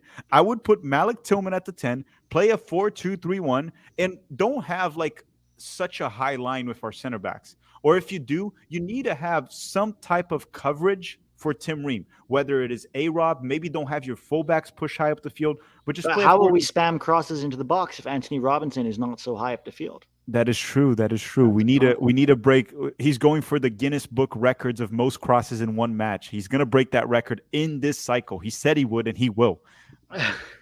But don't forget, they told us they're going to change soccer in America forever in this cycle. They didn't even change the way the world sees it. Yeah, it's like, wait a minute, you didn't change anything about the way the world sees it. They just skipped on that. They're like, oh, they were like, never mind. We're switching it. The world and then after 2026, we're like, okay. We changed it again. We actually want to change the way St. Louis sees soccer. I was going to say, we're just changing the way St. Louis sees soccer. Yeah. Or now Indiana Parks and Recreational Leagues. We're changing how they see soccer. That's the 2034 goal. Or that pretty cool Sunday pickup league that they have in Miami. We're trying to change the way they see it. They see soccer. We're getting there. Jeff is saying Oppenheimer is here. He's here. Oppenheim, not Oppenheimer. Oppenheimer is the guy that made the atomic bomb. Oppenheim is the real estate Netflix celebrity and massive USA fan. Jonathan Hernandez saying, excuse my ignorance, so this means we'll never see a formation with a central attacking midfielder. Under Berhalter, I never say never. You never say never in life to most things. But I'll say it's very unlikely. That's what I'll say. I mean, we've never seen it with Gregg. I think that's the best way to put it. 305 Riders saying the players have to notice this, right? How likely is Gregg to lose the locker room sooner rather than later? Well, the thing is, the main guys like Pulisic, he loves it. He does whatever he wants. Pulisic loves Berhalter. So I don't know. I guess, and also, what happens to the ones that question that? They get benched. They get ratted out on like a leadership conference. They get kicked out of the national team, like John Brooks. So yeah, some players are bothered, but they just get banned. Yeah. Anybody who questions him. Dirk S is saying Gregg Berhalter is like putting sand in your gas tank. What does that do? Does the car even move? I think it just breaks your car down. I don't know. Yeah, I think it just doesn't really work. Manny B saying crazy conspiracy. These players are fixing the bed for Gregg Berhalter, trying to get him fired with horrible performances. No. Otherwise, they would have told U.S. Soccer, I think. Yeah, they would have said it from the beginning. They all came out in support of him. So this is what they wanted. I hope they're happy because this is what we're going to get for the next 3 years. Yeah, and then just don't get pissed if we shit on the team every other week. So Vegas Gunner saying, guys, what sucks is even all fans boycotted matches to force their hand. It probably wouldn't matter because the Federation would still make money back because of the Mexico friendlies. We're stuck. They're not like, guys, Berhalter's job is not at risk. They don't care about you. Like I listed it. He had a very bad cycle where he didn't change, didn't improve, had a mediocre World Cup. We criticized Klinsmann. Klinsmann was terrible. He had a better World Cup than Gregg Berhalter. 2014 with a worse team. He had a better World Cup than Gregg Berhalter. Second thing to say, the guy was involved in a domestic violence case and they still just rehired him. He ratted out one of the star players of the team, beefed with a freaking 20-year-old as a 50-year-old man, and he's back. So again, he's not at risk. It's not at risk. Well, he won the Jenga game with Matt Crocker. You have to understand. That's the criteria that matters. When you win the Jenga and the tic-tac-toe and the 4 in a row, all 3 apparently, you're the man for the job. Oh, and say Roberto saying, okay, every supporter needs to wear a Fire Gregg Berhalter wife beater, wearing a white wife beater T-shirt at every game. Okay, I'm running out of ideas here. Look, we can all try that. I just don't think the thing that's crazy to me is like, regardless of the whole thing he had with his wife, which they figured out, and I don't think that was the reason he shouldn't have come back with a national team coach. I just think he shouldn't have come out regardless. Even if he was a sweetheart to his wife his entire life, I don't think he should have been the national team coach again. But he's back, and we're back to seeing the same shit as all. It's incredible because some people can't wrap their heads around it that the lineup is the same, but the players are going to follow instructions. And look at the difference of the Nations League and this. Like it's so noticeable at this point. I don't have to keep spitting it out here. I'm like the crazy guy just repeating the same shit over and over. Well, there are people on Twitter defending him right now, though. There are still people who are like, no, they're like literally out there simping for Gregg. Like they're saying Gregg legs look very kickable right now. Yeah. Jeff is saying, so he makes nuclear bombs and sells real estate. Awesome. I don't think Brett Oppenheim is a scientist. I don't think he's made many nuclear bombs. If you say that, we might have the FBI go looking for Brett. Let's try to keep our boy Brett free and clear. Exactly. Brett doesn't. Brett is a real estate Netflix guy and US soccer fan. Aaron Long for 2026. Berhalter doing well. We are winning. Overreaction. Guys, imagine like them celebrating a 1-0 win against Uzbekistan at home. Oh no, the media is going to tell us how genius this was and how difficult this was for the players. Arno, this is a good question, even though we've addressed it a few times. He's saying, can you explain the difference between Gregg Berhalter's style and BJ style? Do you want me to go first, Peter, or do you want to go? Go for it. Okay, so just a couple of things. First, BJ ball. BJ ball has a 10. So there's a player in the middle that can create. Berhalter ball, pretty much his only play is to go out wide and cross. It's very one-dimensional. That's the very first thing. BJ balls seem to have also far more fluidity up top. The players seem to have more freedom to roam, which if you have good players, things can work out. Gregg Berhalter, he loves and uses positional play. And you can kind of notice that when you're watching the game. If you want to observe positional play, try to imagine grids on the field, which, again, each coach will design it the way they want. And you see that the players know where they have to be when the ball has to be. So the game becomes far more pragmatic if not implemented correctly. Manchester City plays positional play, but it looks better with Manchester City. And it's a very much more direct positional play. And it's not just whip-in crosses, right? And you have Haaland. That kind of helps as well. So if you want to oversimplification, the difference of the two systems is creativity through the middle, much more fluidity up top with BJ. Well, I guess not even BJ ball. It's just a different style of play. Anthony Hudson was doing that too, playing Central. But it was just far more fluid. The players seemed to be enjoying the game more and had much more freedom up top. I don't know what else you want to add to that, Pete.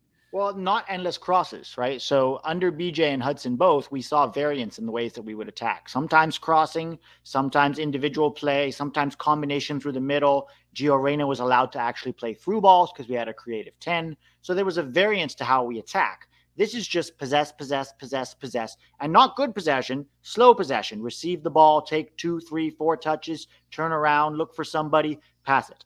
It's slow, it's predictable, it's anemic, and then eventually we push it wide and we put a hopeful cross in. Then they clear the cross and we try to go win it back and then we start again. That's what this is. So, I mean, we saw this for 4 years. This is not new, right? We saw this was Gregg the whole time. It looks the same.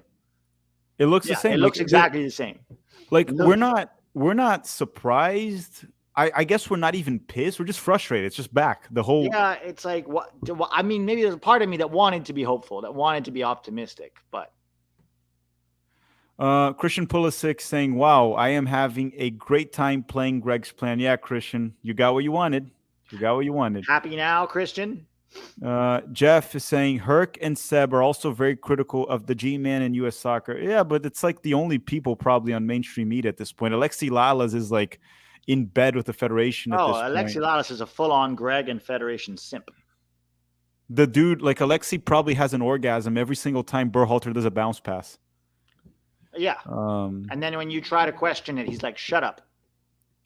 America's Tiago Martinez saying, "Hello guys, it's really good to see the nicest duo together. Just so I have a question, what's the best U.S. men's national team duo right now? Like best bro duo of players, like best friends? I don't know, man. Like Weston and Pulisic Gio and Scally probably. Weston and Pulisic are very close, apparently. Also, yeah. Weston and Pulisic. I guess Robinson and Ream. I don't know if they're close, but they play well together. I just saw a play right now that freaking screamed Berhalter ball. So look at this. Anyone watching the game right now, Yunus Musa drives through the middle. Instead of him trying a through ball or trying to combine through the middle and create something, he goes out wide so Weah can whip in a cross. That's the strategy. It's just whip in crosses. Yeah, it's whip in endless crosses. My brother in Christ, can we just stop whipping across for like 1 minute? 1 minute. Jones is saying domestic abuse is polite. Gregg Berhalter's a wife kicker. Yeah, I mean, we all know the story at this point. I'm just calling the way it is, but yeah, it's domestic violence is the name. Vegas Gunner saying, guys, I read this one because they'll make money off the Vegas run. Thank you, Vegas Gunner. Is Vegas probably an Arsenal fan? Yeah, I hope that's what it is. I hope. Let me see if I didn't miss anyone. Musa just dribbled into the box and pushed it out. Yes, Frank, that's literally what I observed too. That's what I was saying. He dribbled through, and I'm like, okay, maybe we'll create something through the middle. He's like, no. Berhalter told me to go out wide, passes out wide for Weah to get across. We just cross. We're crossing merchants. Dorwig Buck said, even the Telemundo commentators bring up the low attendance in an MLS arena that sells out. Mexico plays later. It'll be fun what they can do to fix this. U.S. soccer? We've talked about this many times, about tickets being so expensive, about the lack of promotion and advertising, about the Midwest snobbery of like only playing games in the Midwest and MLS new stadiums.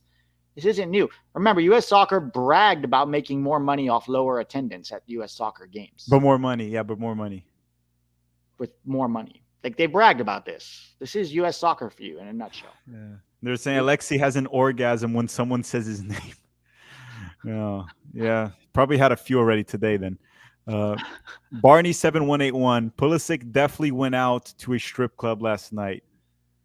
I don't know, man. I actually don't feel bad for Pulisic at all for this crap performance because he wanted Berhalter back. This is what he wanted. Yeah. Yeah, he's getting what he wanted. Gboy213. I'm actually never going to forgive U.S. soccer for the rest of my life for wasting a home World Cup with this joker Berhalter. Depressing stuff. Yeah, like the thing is, I'm actually just tired of talking about this at this. I know we have to repeat it because it's the actual opinion that we have right now. But I'm just tired, man. I'm just tired of talking about. Oh my God, Uzbekistan almost scored. What minute are you? 49. Okay, me too. It's a free kick. That's what I'm watching. Yeah, so I'm gonna see the free kick. They've looked more dangerous. Oh, Pulisic! What a shit clearance from Pulisic. That's how you clear it. Are you afraid of heading the ball, Pulisic? The ski saying diving home from refereeing. How are we looking? We're looking terrible. Awful. We're looking terrible. There's really no way. Like, it's 1-0 and Uzbekistan had better opportunities. And we're playing at home against a team that never made it to the World Cup and probably won't even, well, maybe I don't know if they'll make it to 2026. Probably not. Who knows? Aaron Long for 2026. The best team cross. Greg's doing nothing, man. Tom Boy is saying domestic abuse. He's enacting domestic terrorism. It's soccer terrorism for sure. Soccer terrorism for sure here. It's just terrible to watch, man. And Tessman hasn't looked good, dude. No, he looks very ponderous on the ball. No, very ponderous. Dude, like, I hate to say this, and I even had him on the channel, and just so people know, I have players on the channel, but because I have players on the channel, they're not free from criticism. Right now, it doesn't look like a natural soccer player. Doesn't look natural on the ball. No, it doesn't. It looks very ponderous. Almost forced. Exactly. Like a very good athlete just playing soccer. Manny B saying, "Don't worry, boys. 2046 World Cup. I will coach the U.S. men's national team to glory. At 17, already assistant coach at my local ECNL U15 club. Dude, I hope so. I hope so. I hope you're watching Berhalter ball and you're learning everything you shouldn't do. And then, if any of you learn from this and become the national team coach in the future, you'll have my full support." Sort of like what BJ was doing. Thiago Martin saying, "Have you watched Brazil against Bolivia last night?" I watched the second half. Neymar broke Pele's record with a goal in the 93rd minute.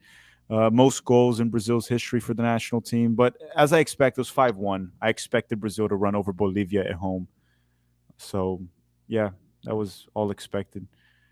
Okay, here comes Uzbekistan. Minute 51 and 20 seconds for me. Oh, my. Uzbekistan. Ball goes out wide. Here comes a cross, and this could be... Oh, Tim Ream just clears it. Last second, Tim Ream. Uzbekistan still has the ball. Why are they playing better than... Oh! Yeah. Uzbekistan has already created 2 chances in the second half, and we have created 0.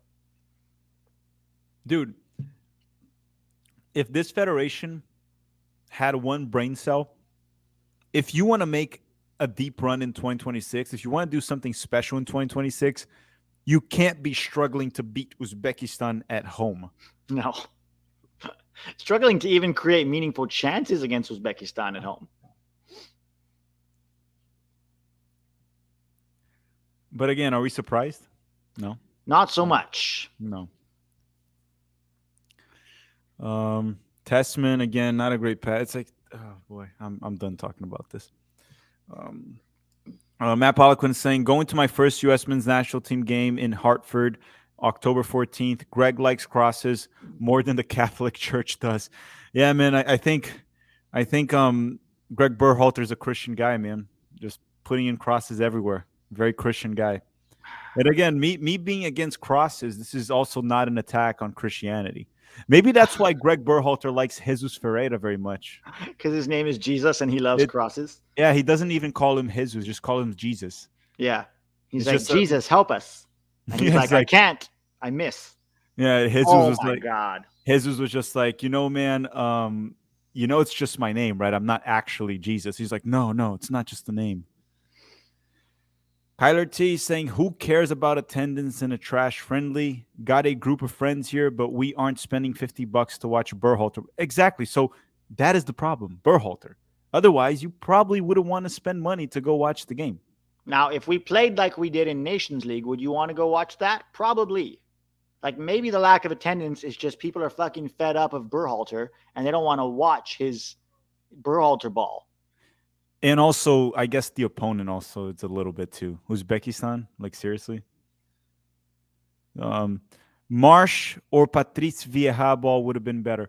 Jesse Marsh maybe a bit. I mean, I would rather Marsh over Berhalter, but yes, I would much rather have Patrice Vieira. But tactical dog over Berhalter too. So that doesn't. Yeah, honestly, much. No coach, just no coach. Yeah, no coach. Probably would have been better off with me. I would have just picked the best players and said, "Guys, ball out, do your thing, you got this." Oh my God, Testament! He just looks so awkward on the ball. Dude, seriously, I'm done with this.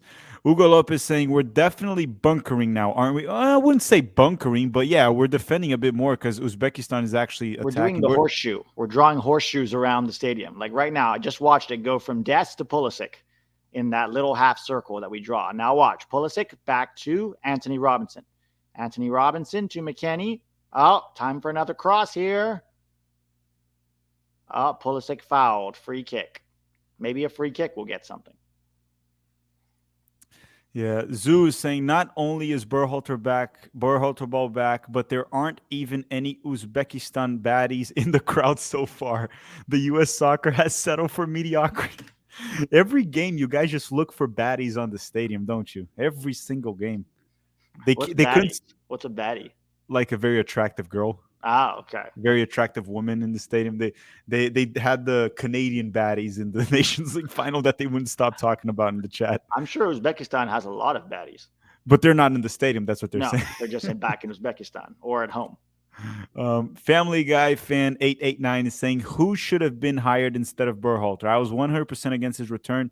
He and U.S. Soccer are holding us back. Meaningful changes that U.S. Soccer needed. Well, we just said too, like, I'm not a big fan of Jesse Marsh either, but I would have gone to Jesse Marsh over Berhalter. Patrice Vieira seemed open. Yeah. And that was another good option. So there were options. The whole thing of like not having options, it's BS. There were options. Dude, honestly, not a fan either, but even Jim Curtin would have been something I would have been more open to than Berhalter. Literally anybody. Steve Cherundolo, Brian Tata Schmetzer, Martino. Tata Martino. Tata Martino. Anybody but Berhalter. Like, Thiago Martin saying this match should have been 5-1 for the U.S. men's national team. Uzbekistan is playing better. Yeah, they are playing better right now. Uzbekistan, to a certain extent, they're playing better. It's really embarrassing at this point. CJ Ladd is saying, what do you think of Bielsa ball last night? I didn't watch Uruguay, so I don't know. Uruguay won, right? Didn't Uruguay win last night for World Cup qualifying? Yeah, they supposedly looked very good. Bielsa always starts well with his teams. We know this about Bielsa. The question is, can they keep it up to 2026? Because usually about the 3-year mark is where things fall apart for Bielsa. Yeah, and they also played Chile. Chile is finished. Chile is not. I mean, Chile is better than Uzbekistan. Dude, they're still using 38-year-old Gary Medel in defense. Vidal too. Vidal scored. Vidal. They still got those old guys. Remember, this is a Chile that tried to recruit Robbie Robinson from Inter Miami. I kid you not. They actually had him in camp. And Robbie got there and was like, nope. No. Oh, boy. Karl Marx saying, our performance so far is very underwhelming. I think that's generous. Underwhelming is generous. Underwhelming is quite generous.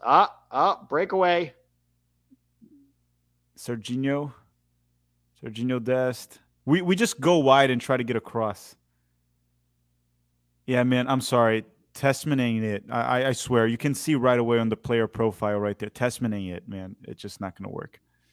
No. I think I've had enough. I've had enough. SD is saying, dude is telling the truth. There are very few Uzbekistan ladies in the crowd, let alone baddie. Sausage City, bro. The game is so bad, people are not even caring about soccer anymore. No one even cares about the game anymore. They're trying to find they're trying to find a wife in the stands at this moment. All right. I'll take off. I'll see you at the post game. See you in the post game, Pete. See you soon. Another 30 minutes of this painful game. Roberto Hernandez saying, top players I've seen play live ranking: Messi, Cristiano Ronaldo, Neymar, Suarez, Modric. This is poop. This poop is boring. I mean, yeah, don't compare these players to Messi, Ronaldo, Neymar, Suarez. I've watched Neymar. I've watched Messi. I haven't watched Suarez. Have I watched Modric? No, I haven't watched Modric live. I've watched Kevin De Bruyne live. I've watched some good players live too. I watched also the 2014 German team. Thiago Martin saying, how's the situation for the U.S. in World Cup elimination? So, Thiago, the United States is already qualified to World Cup qualifying. We're already qualified to the 2026 World Cup as a host nation. Here comes a cross. Tim Reen clears it. Tessman passing it to Pulisic. Tanner Tessman. And that's, guys, someone's saying you can't say a player ain't it based off this game. Did you guys just see this pass from Tanner Tessman? It's not the first time. It's not the second time. You can judge a player. The thing with these games is you can judge the player profile. You can see if the player has technique, if it's a tactical problem, soccer IQ problem, or a technical problem. Tanner Tessman has looked very awkward on the ball. When he passes a ball, it's like he's freaking kicking a brick, except for the ball is not as heavy as a brick, so he just blasts it forward. I'm sorry, you can judge a player profile on this match. Am I open to Tanner Tessman getting on other opportunities? Sure, if you want to give him more opportunities, but it's not looking good. Very, I don't know, man, slow on the ball, robotic. I'm sorry, it just ain't it. You can just see it by playing it. You can judge on this game. Tanner hasn't looked good. Cross comes in, header by Tim Weah, and nothing. Again, header. That's all we do. We cross and we try to head the ball. Cole is saying Puerto Rico's beating Bahamas 4-1 at halftime in Nassau in Bahamas. Maybe Puerto Rico's coach should get Berhalter's job. I mean, we're going with Berhalter all the way. Lucky for us. We're going with Berhalter all the way. Yeah. Look, this is exactly what I expected from Berhalter ball. And here comes Uzbekistan, which somehow they've been looking better than us in the second half. Comes across. Ooh, they almost scored. Matt Turner is able to. It's a corner for Uzbekistan. Dude, are we seriously close to tying Uzbekistan at home?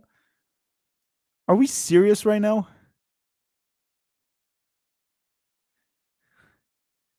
Like, Berhalter's going to be like so happy. It's like, yeah, we got this 1-0 win against Uzbekistan. He's going to be so proud of it.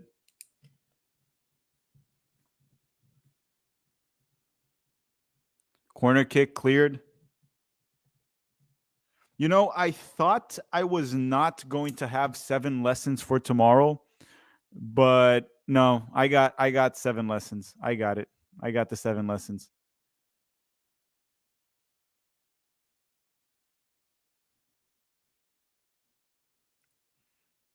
Tanner Tessman almost dispossessed in the box. What the heck was that?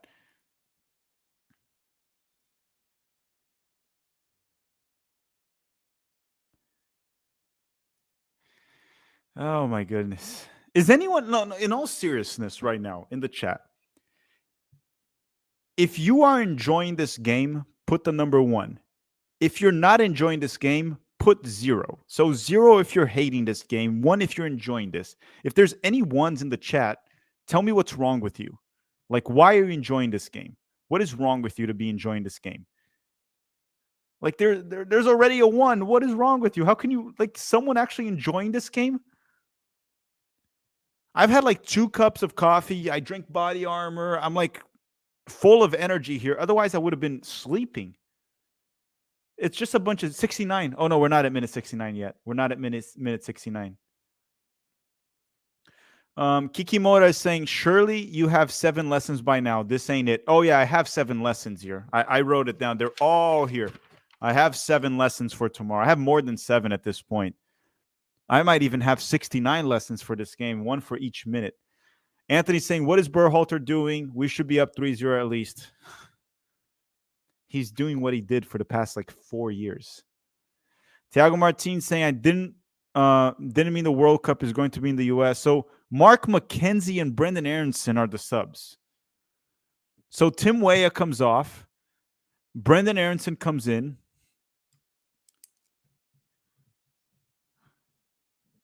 Okay. And then McKenzie will come on for Tim Ream probably. I don't know, Chris Richards.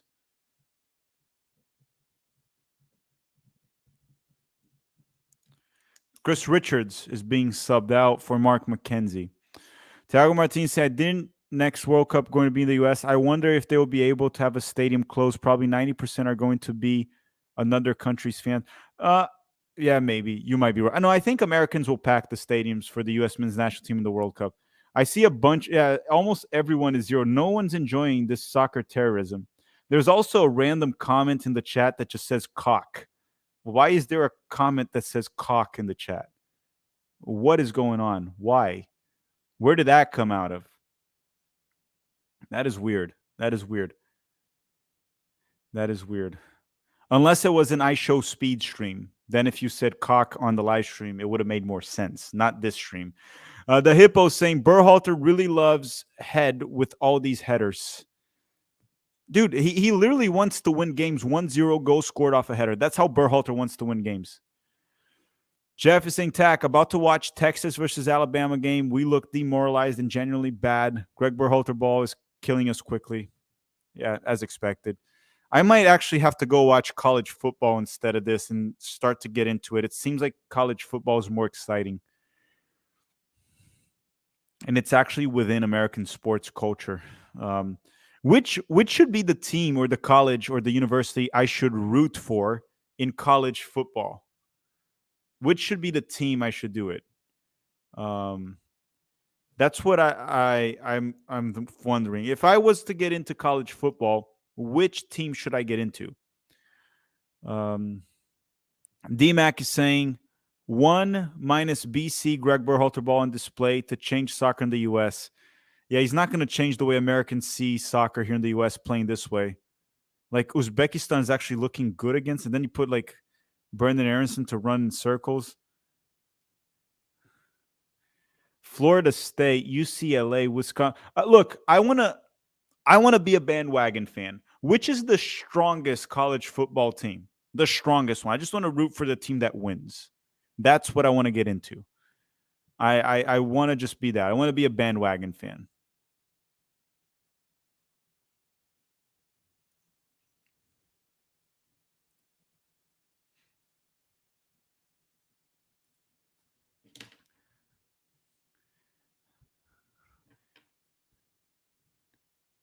Oh, goodness. This is actually the worst performance of the U.S. men's national team in 2022.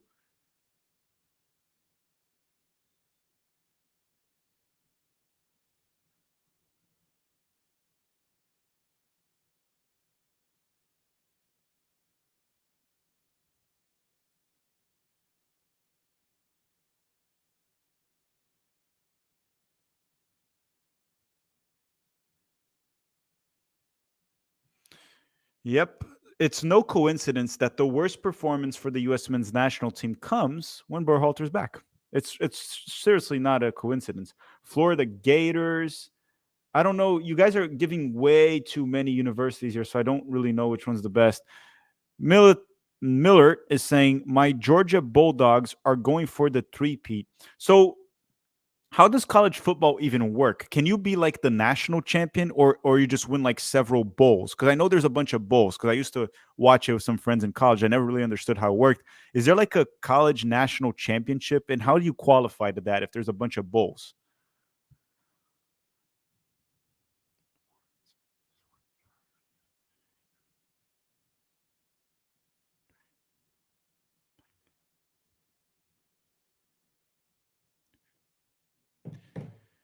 Yeah, I don't really know. I need to get into it. Miguel Ortiz saying, I think the Sidemen versus YouTube All-Star game was better than this game so far. Yeah, I didn't watch it. So I wouldn't be able to tell you. But I think in terms of entertainment, I believe you. They're saying, Tack, you live in Florida. Is that even a question? Florida State, make it happen. Is Florida State good at college football? That's something I'm wondering. I know Alabama's good at football. I've heard that multiple times. Texas too. What if this becomes just like a football stream? I should start streaming college football. My numbers might even go up. There's more people watching it. I might just start. Oh, minute 69. We're about to hit minute 69. You know what to do. Hold on. We're not there yet. We're almost at minute 69. We're getting there.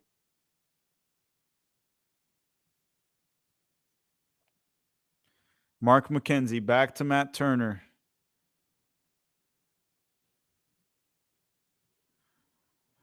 Okay. Pulisic, another terrible touch. Pulisic's been horrible today. Terrible performance from Pulisic. Tessman loses the ball. Bad pass to McKinney. Man, this is really bad. Minute 69. I'm about to hit minute 69 in 5, 4, 3, 2, 1. 69. Nice. We've done it. We made it to minute 69.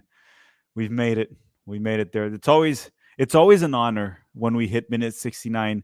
I'm always thankful when we make it this far, especially when you survive for Berhalter. Over 1 hour of Berhalter ball. No. So we made it to 69. Nice. Cole was saying, at this point, I'd rather be watching organic chemistry tutor video. Okay, let's not take it that far. I've had chemistry in high school. I've had chemistry in college. Chemistry is pretty much as bad a chemistry lecture as Berhalter ball. So I don't know. Because at least I can stay at home with Berhalter ball. Chemistry is not fun. It really isn't. Brendan Aronson, wide to McKinney, to Aronson, so we can get a cross in, and then we're going to get a corner so we can get another cross in right here. Thiago Martins, for all Americans here, are you going to watch World Cup in person? Yeah, Americans in the chat, I think most people will try. If the tickets are not $2,000, we'll all go watching it. Tom is saying SEC is the English Premier League. Big Ten is the Bundesliga. ACC is La Liga, and Big 12 is the Eredivisie. Okay, in college football. But is there like a national champion? Is there like a Super Bowl of college football? Is there a Super Bowl to watch? That's what I'm wondering. Pulisic tries to drive inside, cleared. That's what I want to know. Uzbekistan Dest recovers the ball, and that'll be a free kick for Uzbekistan. Someone said just tuned in. How's just tuned in? Am I watching 2022 qualifying? Yeah, essentially, it's Berhalter ball. You're watching Berhalter ball. Let's see if I didn't miss anything. Super sticker from Chris James. I can't see the super sticker, but thank you, Chris James. Did we hit 500 likes on the stream? I don't even know. Let me see here. We are at 443. So no, we haven't hit 500 likes. If we hit 500 likes, I'll do the Portuguese commentary. I can do Portuguese from Portugal or Portuguese from Brazil, whichever you guys prefer. I'll do that.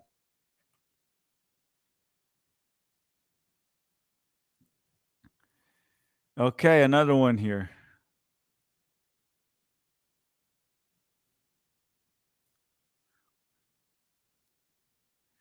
Oh boy. Oh boy. Why do we look so anemic with Berhalter? Low energy. That's how we look every time we're under Berhalter. Why? Dude, we're gonna have to deal with this for 3 years. We're gonna go to Uzbekistan. It's gonna be a goal kick for United. We're gonna play the Copa America like this. Like this. Do I fala português from Portugal? Yeah, I can speak some Portuguese from Portugal. I can speak it. Você quer bolinho de bacalhau? Eu posso te dar bolinho de bacalhau aqui de português. Eu sou de Portugal. E os Estados Unidos estão jogando muito mal hoje. Muito mal. Tem que ter uma performance melhor. Tá sendo uma performance de merda. Uma performance ruim. E por conta disso, não vai ter bolinho de bacalhau. Serginho Dest! Blocked. That's from Portugal. That's not Portuguese from Brazil that I just did. Ricky Starks is saying, stop cap. We know you didn't go to college. Also, if Hansi Flick gets fired, would he be a better option than Berhalter? And where's Pete?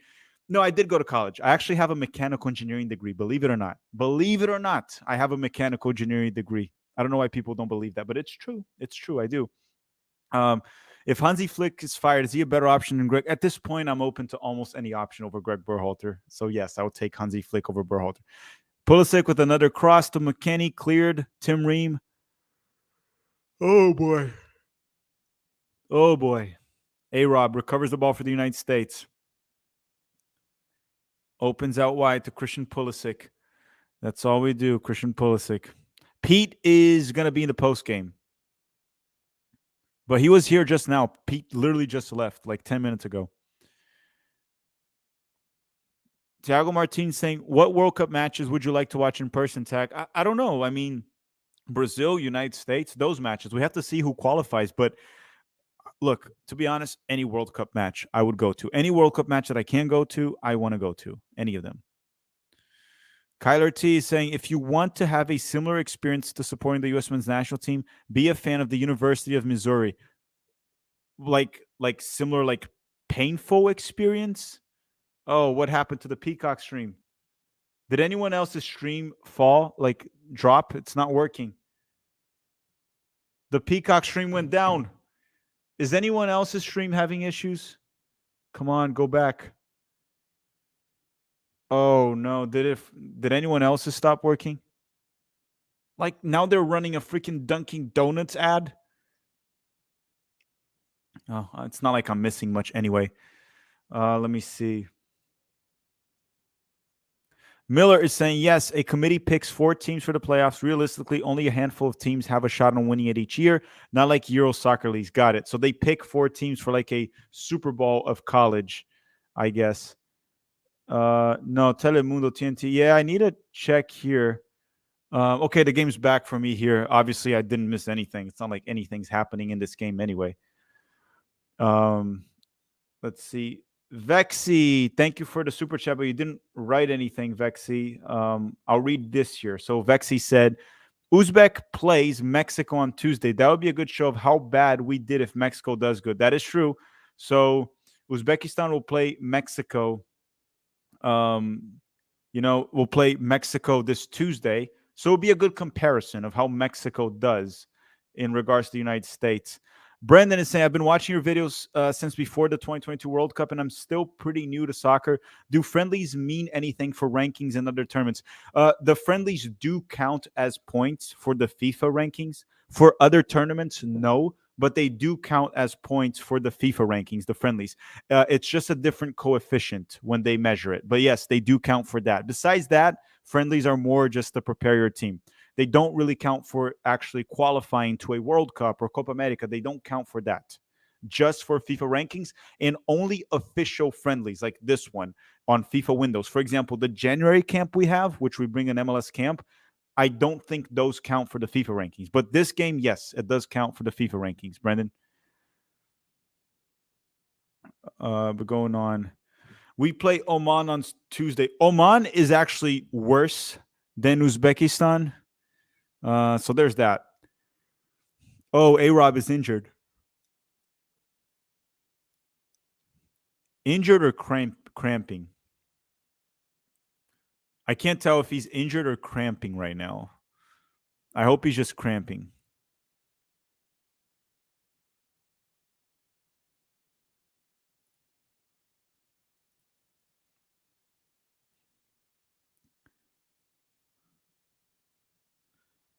Yeah, it looks like it's cramps, guys. Because if you pull a muscle, you don't really like stretch it out. That's one thing that I learned. When you pull a muscle, don't stretch it out. You actually do the opposite. Because I pulled a muscle before and it was painful. It hurt a lot. It's not fun. It's really not fun. Liam is saying they were playing okay until Testament came on. I'll say this. We were not playing okay until Testament came on. We were doing all right. We had the lead. Well, we still have the lead. But yes, there was a bit of a drop-off when Testament came on. Christopher Lund and Malik Tillman are coming on. They're gonna be subbed in. So Christopher Lund, he also plays in the Italian second division. He's gonna be replacing A-Rob. And Tillman will probably replace, I guess, Pulisic. Probably. Yeah, I think Tillman will replace Pulisic. That's my guess, at least. Tiago Martin saying, if the United States is team A team, then you guys need to be worried. Yeah, this is the A team, Tiago. This is the A team.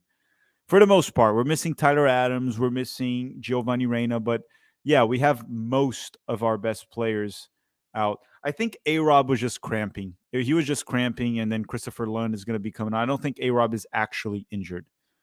It looked like cramps. That's why they were stretching him. If you have a pulled muscle, you don't stretch it. Tanner Tessman. Horrible pass by Tessman. Taken away by Uzbekistan.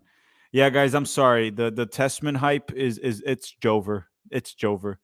Like, just looking at the player profile itself, Tessman doesn't look good. I don't know, man. I'm sorry. I know you shouldn't judge a player based on one performance, but I don't know, man. Just looks completely out of his league right now. And I have full respect for Tanner Tessman. I'm just saying, in terms of performance, doesn't really seem to match the level of the U.S. men's national team. Corner kick for Uzbekistan. I'm going to have to, there's going to be, I'll just tell you guys one thing. On tomorrow's 7 Things We Learned episode, there's going to be a lot of anti-Berhalter propaganda from myself, which is not even propaganda at this point, just spitting the truth. A lot. A lot. Oh, boy. Oh, boy, oh, boy, oh, boy. Tanner Tessman. And Pulisic, nice move by Pulisic, finds Pepe. Pepe dispossessed. Uzbekistan recovers the ball. Man, Uzbekistan is looking fine. They're looking fine now, which is ultimately an embarrassment.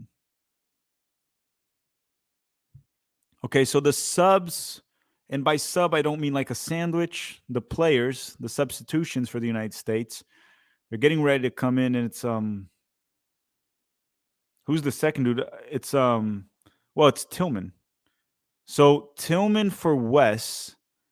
So is Tillman going to play as a 10, as an 8? Is Pulisic going to go central? We'll see. And then Christopher Lund will be on the left back for A-Rob. We'll see. We'll see if it's a 4-2-3-1. Let's see where Tillman's going to play.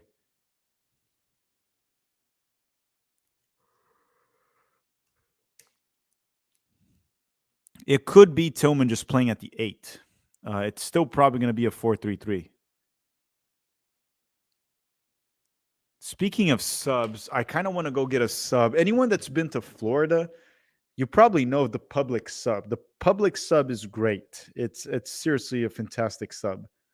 If you ever in Florida, go to Publix, get a sub. You can also get the sub of the day. It's like $6.99. Now it kind of sounds like I'm sponsored by Publix, but I'm not. I'm stupid and I do free advertisement and things I like. And Publix is one of them that I like. So they said on TV that it's a 4-2-3-1. We'll see. We'll see. We'll see if it's a 4-2-3-1. It looks like a 4-2-3-1. Yeah, it is a 4-2-3-1. It is. It is a 4-2-3-1.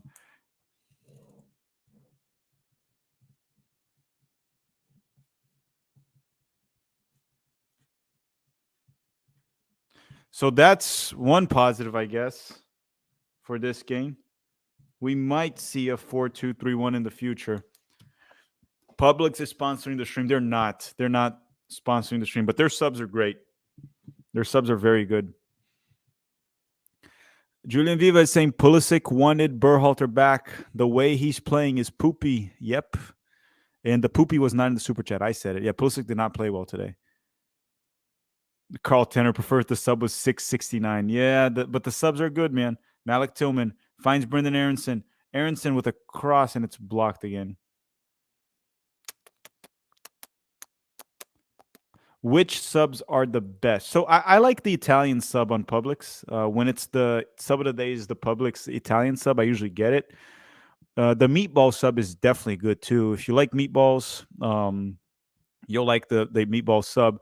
They have an Orlando City sub here in Orlando too. That it's pretty much like chicken tenders. It's a chicken tender sub. It's also good. It's an Orlando City sub. But you kind of just build your own. You build your own sub. Cross in Pepe, deflected. That'll be a free kick for Uzbekistan. Free kick for Uzbekistan. Berhalter is the American version of Max Allegri. Allegri is a soccer terrorist in Italy. He's definitely a soccer terrorist. Oh, Cuban sandwiches. Oh, Cuban sandwiches are amazing. I love Cuban sandwiches. I mean, anyone here's been to Miami? You go to Miami, you're going to have the best Cuban sandwiches. They're amazing in Miami. And usually what you want to do is you want to go to those like stores that don't look like they're very clean. They look like they're a bit dirty and get a Cuban sandwich there. You'll love it. You won't regret it. Trust me. And you won't get sick. They're clean. They just don't look clean. Thiago Martin said, would be better if the United States lose this good merch. No, it would not be better if we lost this. It would be embarrassing if we lost this. It's not better if we lost to Uzbekistan. AGB, yeah, I've been to AGB, HEB. HEB is good. It's good. But do they have subs? They don't have subs at HEB. HEB didn't have subs. Pepe with the ball. Passes it back. Oh, boy. Mark McKenzie. Yeah, I've had Texan barbecue at AGB before, HEB before. I had Texan barbecue there before, but I never had a sub. Tim Ream. Back to Matt Turner. Turner finds... Oh, my God. Turner, what was that touch? What is that touch of a Sunday League player? Holy crap, man. That's what I'm talking about, player profile. That touch just shows lack of technical ability. Also very clumsy. Dude, I'm literally doing a live stream right now, and I'm getting sleepy with this game. And I had coffee. I had body armor with sugar. I should have bought some gummy bears just to mooch on gummy bears. I just avoid it because I don't like eating unhealthy. I try to eat healthy. Because if you eat healthy, you don't even need to exercise. Even though I do exercise, you don't have to if you eat healthy. Okay, you do. You should exercise. You definitely should exercise. Mm-hmm.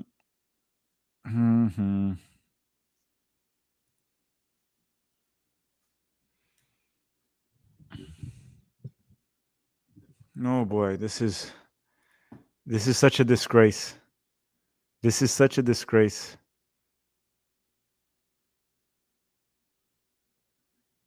Such a disgrace. What a shit game. I'm sorry. Shit is a curse word, right? I can't say shit. But I don't know how to describe this game otherwise. Harrison Lopez saying, how is the crowd reacting to the on the field product? You mean the crowd here or the crowd in the stadium? The crowd in the stadium, it looks like some people left. The stadium looks emptier than when it started. So I think they're just bored. They probably just went home. They're just bored at this point. I have the TV muted, so I don't know. But look, if you went to the stadium, I feel bad for you. This was horrible to watch, horrible to spend money. And a lot of people left. The stadium is definitely emptier than it was before. And here comes Uzbekistan. They're going to get a cross in. They get a cross in, cleared by Serginho Dest. Cut inside. And this was literally the most Berhalter-like performance we could have had. Oh!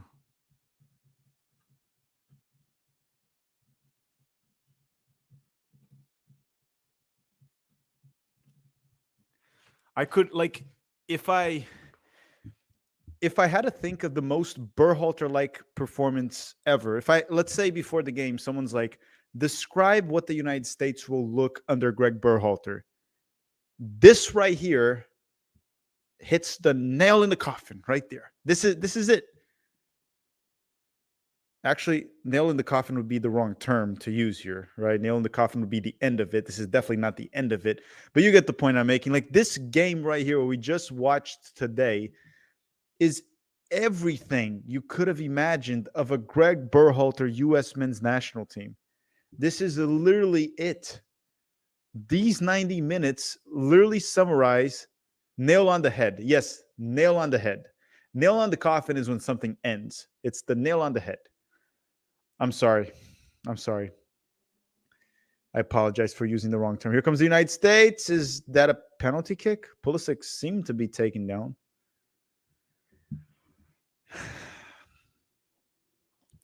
Roberto Hernandez, everyone call out Pulisic. This is on him. You want celebrities at this poop? Serious, Christian. I wouldn't my worst enemy to this crap. Yeah, man. Look, I have a very hot take right now. Are you all ready? I have a very hot take. This take is so hot. It's very hot. It's burning hot. Like that song from the Jonas Brothers. What is it? Burning Up from the Jonas Brothers. Okay, it's not that hot of a take. Inter Miami matches in Major League Soccer are more entertaining than this. There's a lot of MLS matches that are more entertaining than this. A lot of them. So maybe it's not even that hot of a take. I think a lot of people that watch Major League Soccer would agree with me. Uzbekistan almost scored again. Gabe the American saying, we're going to have years of this. Can't wait for the post game. This is a challenging opponent. We control the game. We need to be more clinical. You're not going to hear that from me and Pete, but you mean like Greg's post game interview. Yes, he's going to say we played well. Julian Vivas, one takeaway I got from this game, Matt Turner has earned the starting spot at Forest. The Greek goalkeeper got scored 3 times yesterday against, I don't know what team that is. I can't see the flag. Well, to me, Matt Turner should continue to be this. So he's been good for Nottingham Forest. He's been good, Matt Turner. I don't know why they would bench him, even though they signed a goalkeeper from Benfica. Thiago Martins, you know the worst. Gregg Berhalter's taking this as a victory. Yeah, Gregg Berhalter will celebrate this. He'll talk about how Uzbekistan is a tough opponent, how they're good, and how getting a 1-0 win or 2-0 or 3-0 win. Well, 3-0 would have been good. Tessman, Pulisic drives inside, blocked. Serginho Dest has the ball. Dest brings inside. Brendan Aronson. Pepe with the shot, and that's a goal. 2-0 for the United States. 2-0 for the United States. Ricardo Pepe scores again for the United States. We finally get a second goal. It doesn't change the fact that it was a crap performance, but 2-0 for the good guys. Pepe gets another U.S. men's national team goal. Even though he's not playing for PSV, still scoring. This is actually good because then we can keep Jesus Ferreira away. That was okay. The shot wasn't that great. That was just terrible goalkeeping.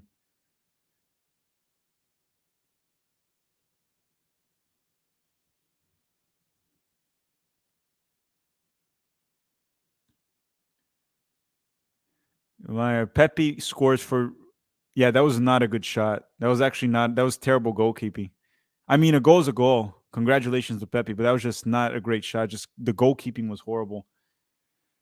But again, 2-0. We got a 2-0 win here against Uzbekistan, but this was an embarrassing game. This was such a bad game with an embarrassing crowd. An embarrassing crowd. Yeah, that is true. Jesus Ferreira would not have hit the target. So the good thing about this goal is that we keep Jesus away from the national team. It keeps Jesus away from the national team.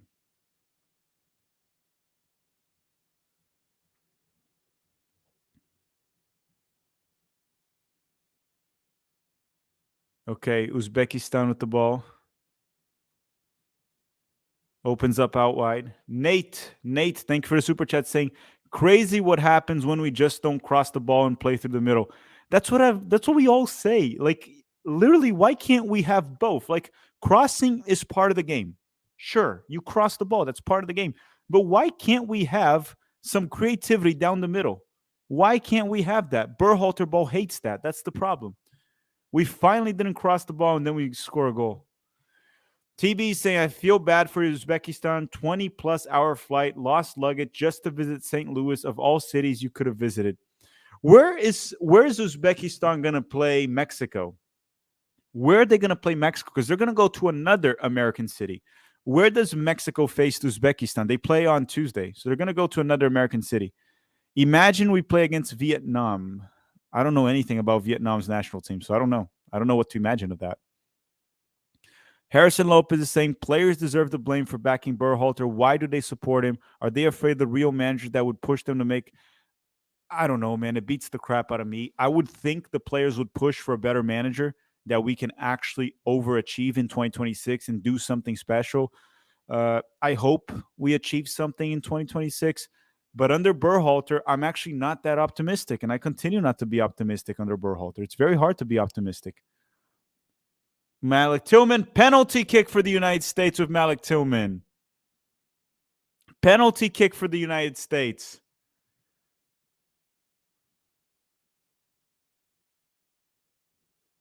Wow, we scored a goal and got a PK now. Penalty kick after we played a 10.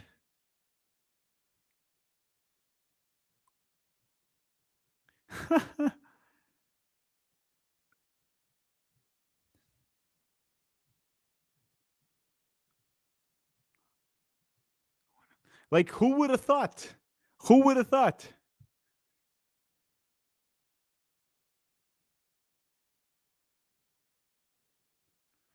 We literally put a 10. We get a goal, playing down the middle. Malik Tillman again at the 10. Boom.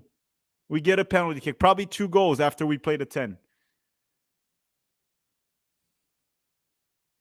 Pulisic, he scores on the penalty kick. This has been the most embarrassing 3-0 that I've seen in my life. One of the most misleading 3-0s of my life.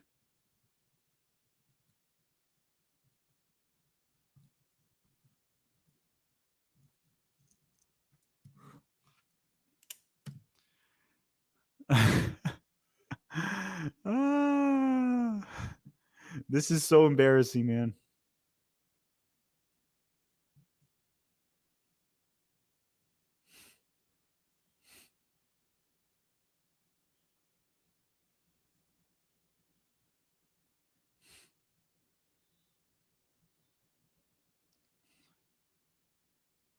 Okay, and that'll do for the game.